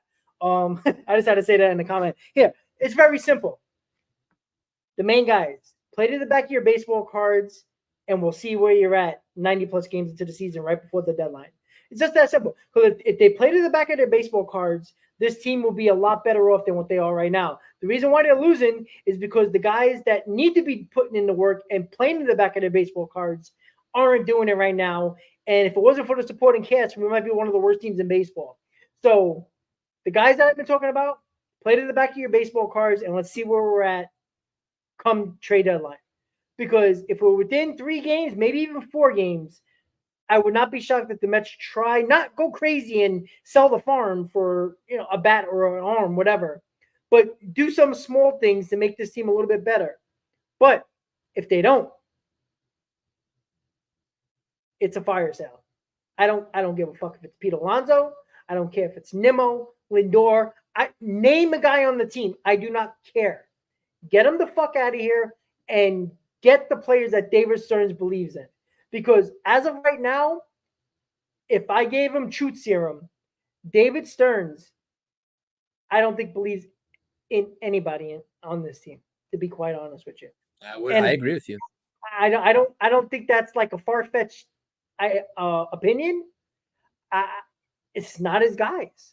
I'm not saying he's going to make 100% turnover because that's very hard to do because he wants to win next year. In my opinion, this is the first time he's going to have a real stamp on this team in 2025. We'll see, but play it back to your baseball cards and give this team, give Stearns a chance to be hesitant at the deadline. Because if you don't, I don't want to hear like the players made a fuss of it last year when Billy Epper made the decision to sell, and they were mad. Yet they were mad at everybody else but themselves who put them in that position and Billy Epper in that position. Don't put Stearns in his position to make it easy. Make it difficult for him. That's all I got to say, Chris. So with that said, we're over 3 hours and 20 minutes into the watch party. It was a fun one, I guess, because me and Chris are funny guys. You know, it wasn't the Mets. I mean, they played like it was a joke, but we tried to make the best of it. I have over 100 in the chat after the game, 130 actually. So I guess you wanted to hear our misery. We appreciate it. With that said, Mets lose 10-5. They're on to another game. Unfortunately, we have a lot of these left. We got embarrassed by the Phillies. Let's be honest about that. So with that said, another in-game live in the books. Hopefully we have many, many more of this and hopefully better games to go. With that said, have a great night, guys. Let's go Mets. Chris, you have a great night. Everybody in the chat, have a great night. We'll see you next time. Good night, guys. Let's go Mets. All right. Let's go Mets.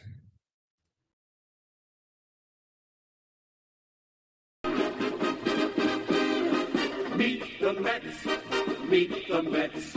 Step right up and greet the Mets. Bring your kiddies, bring your wife. Guaranteed to have the time of your life because the Mets are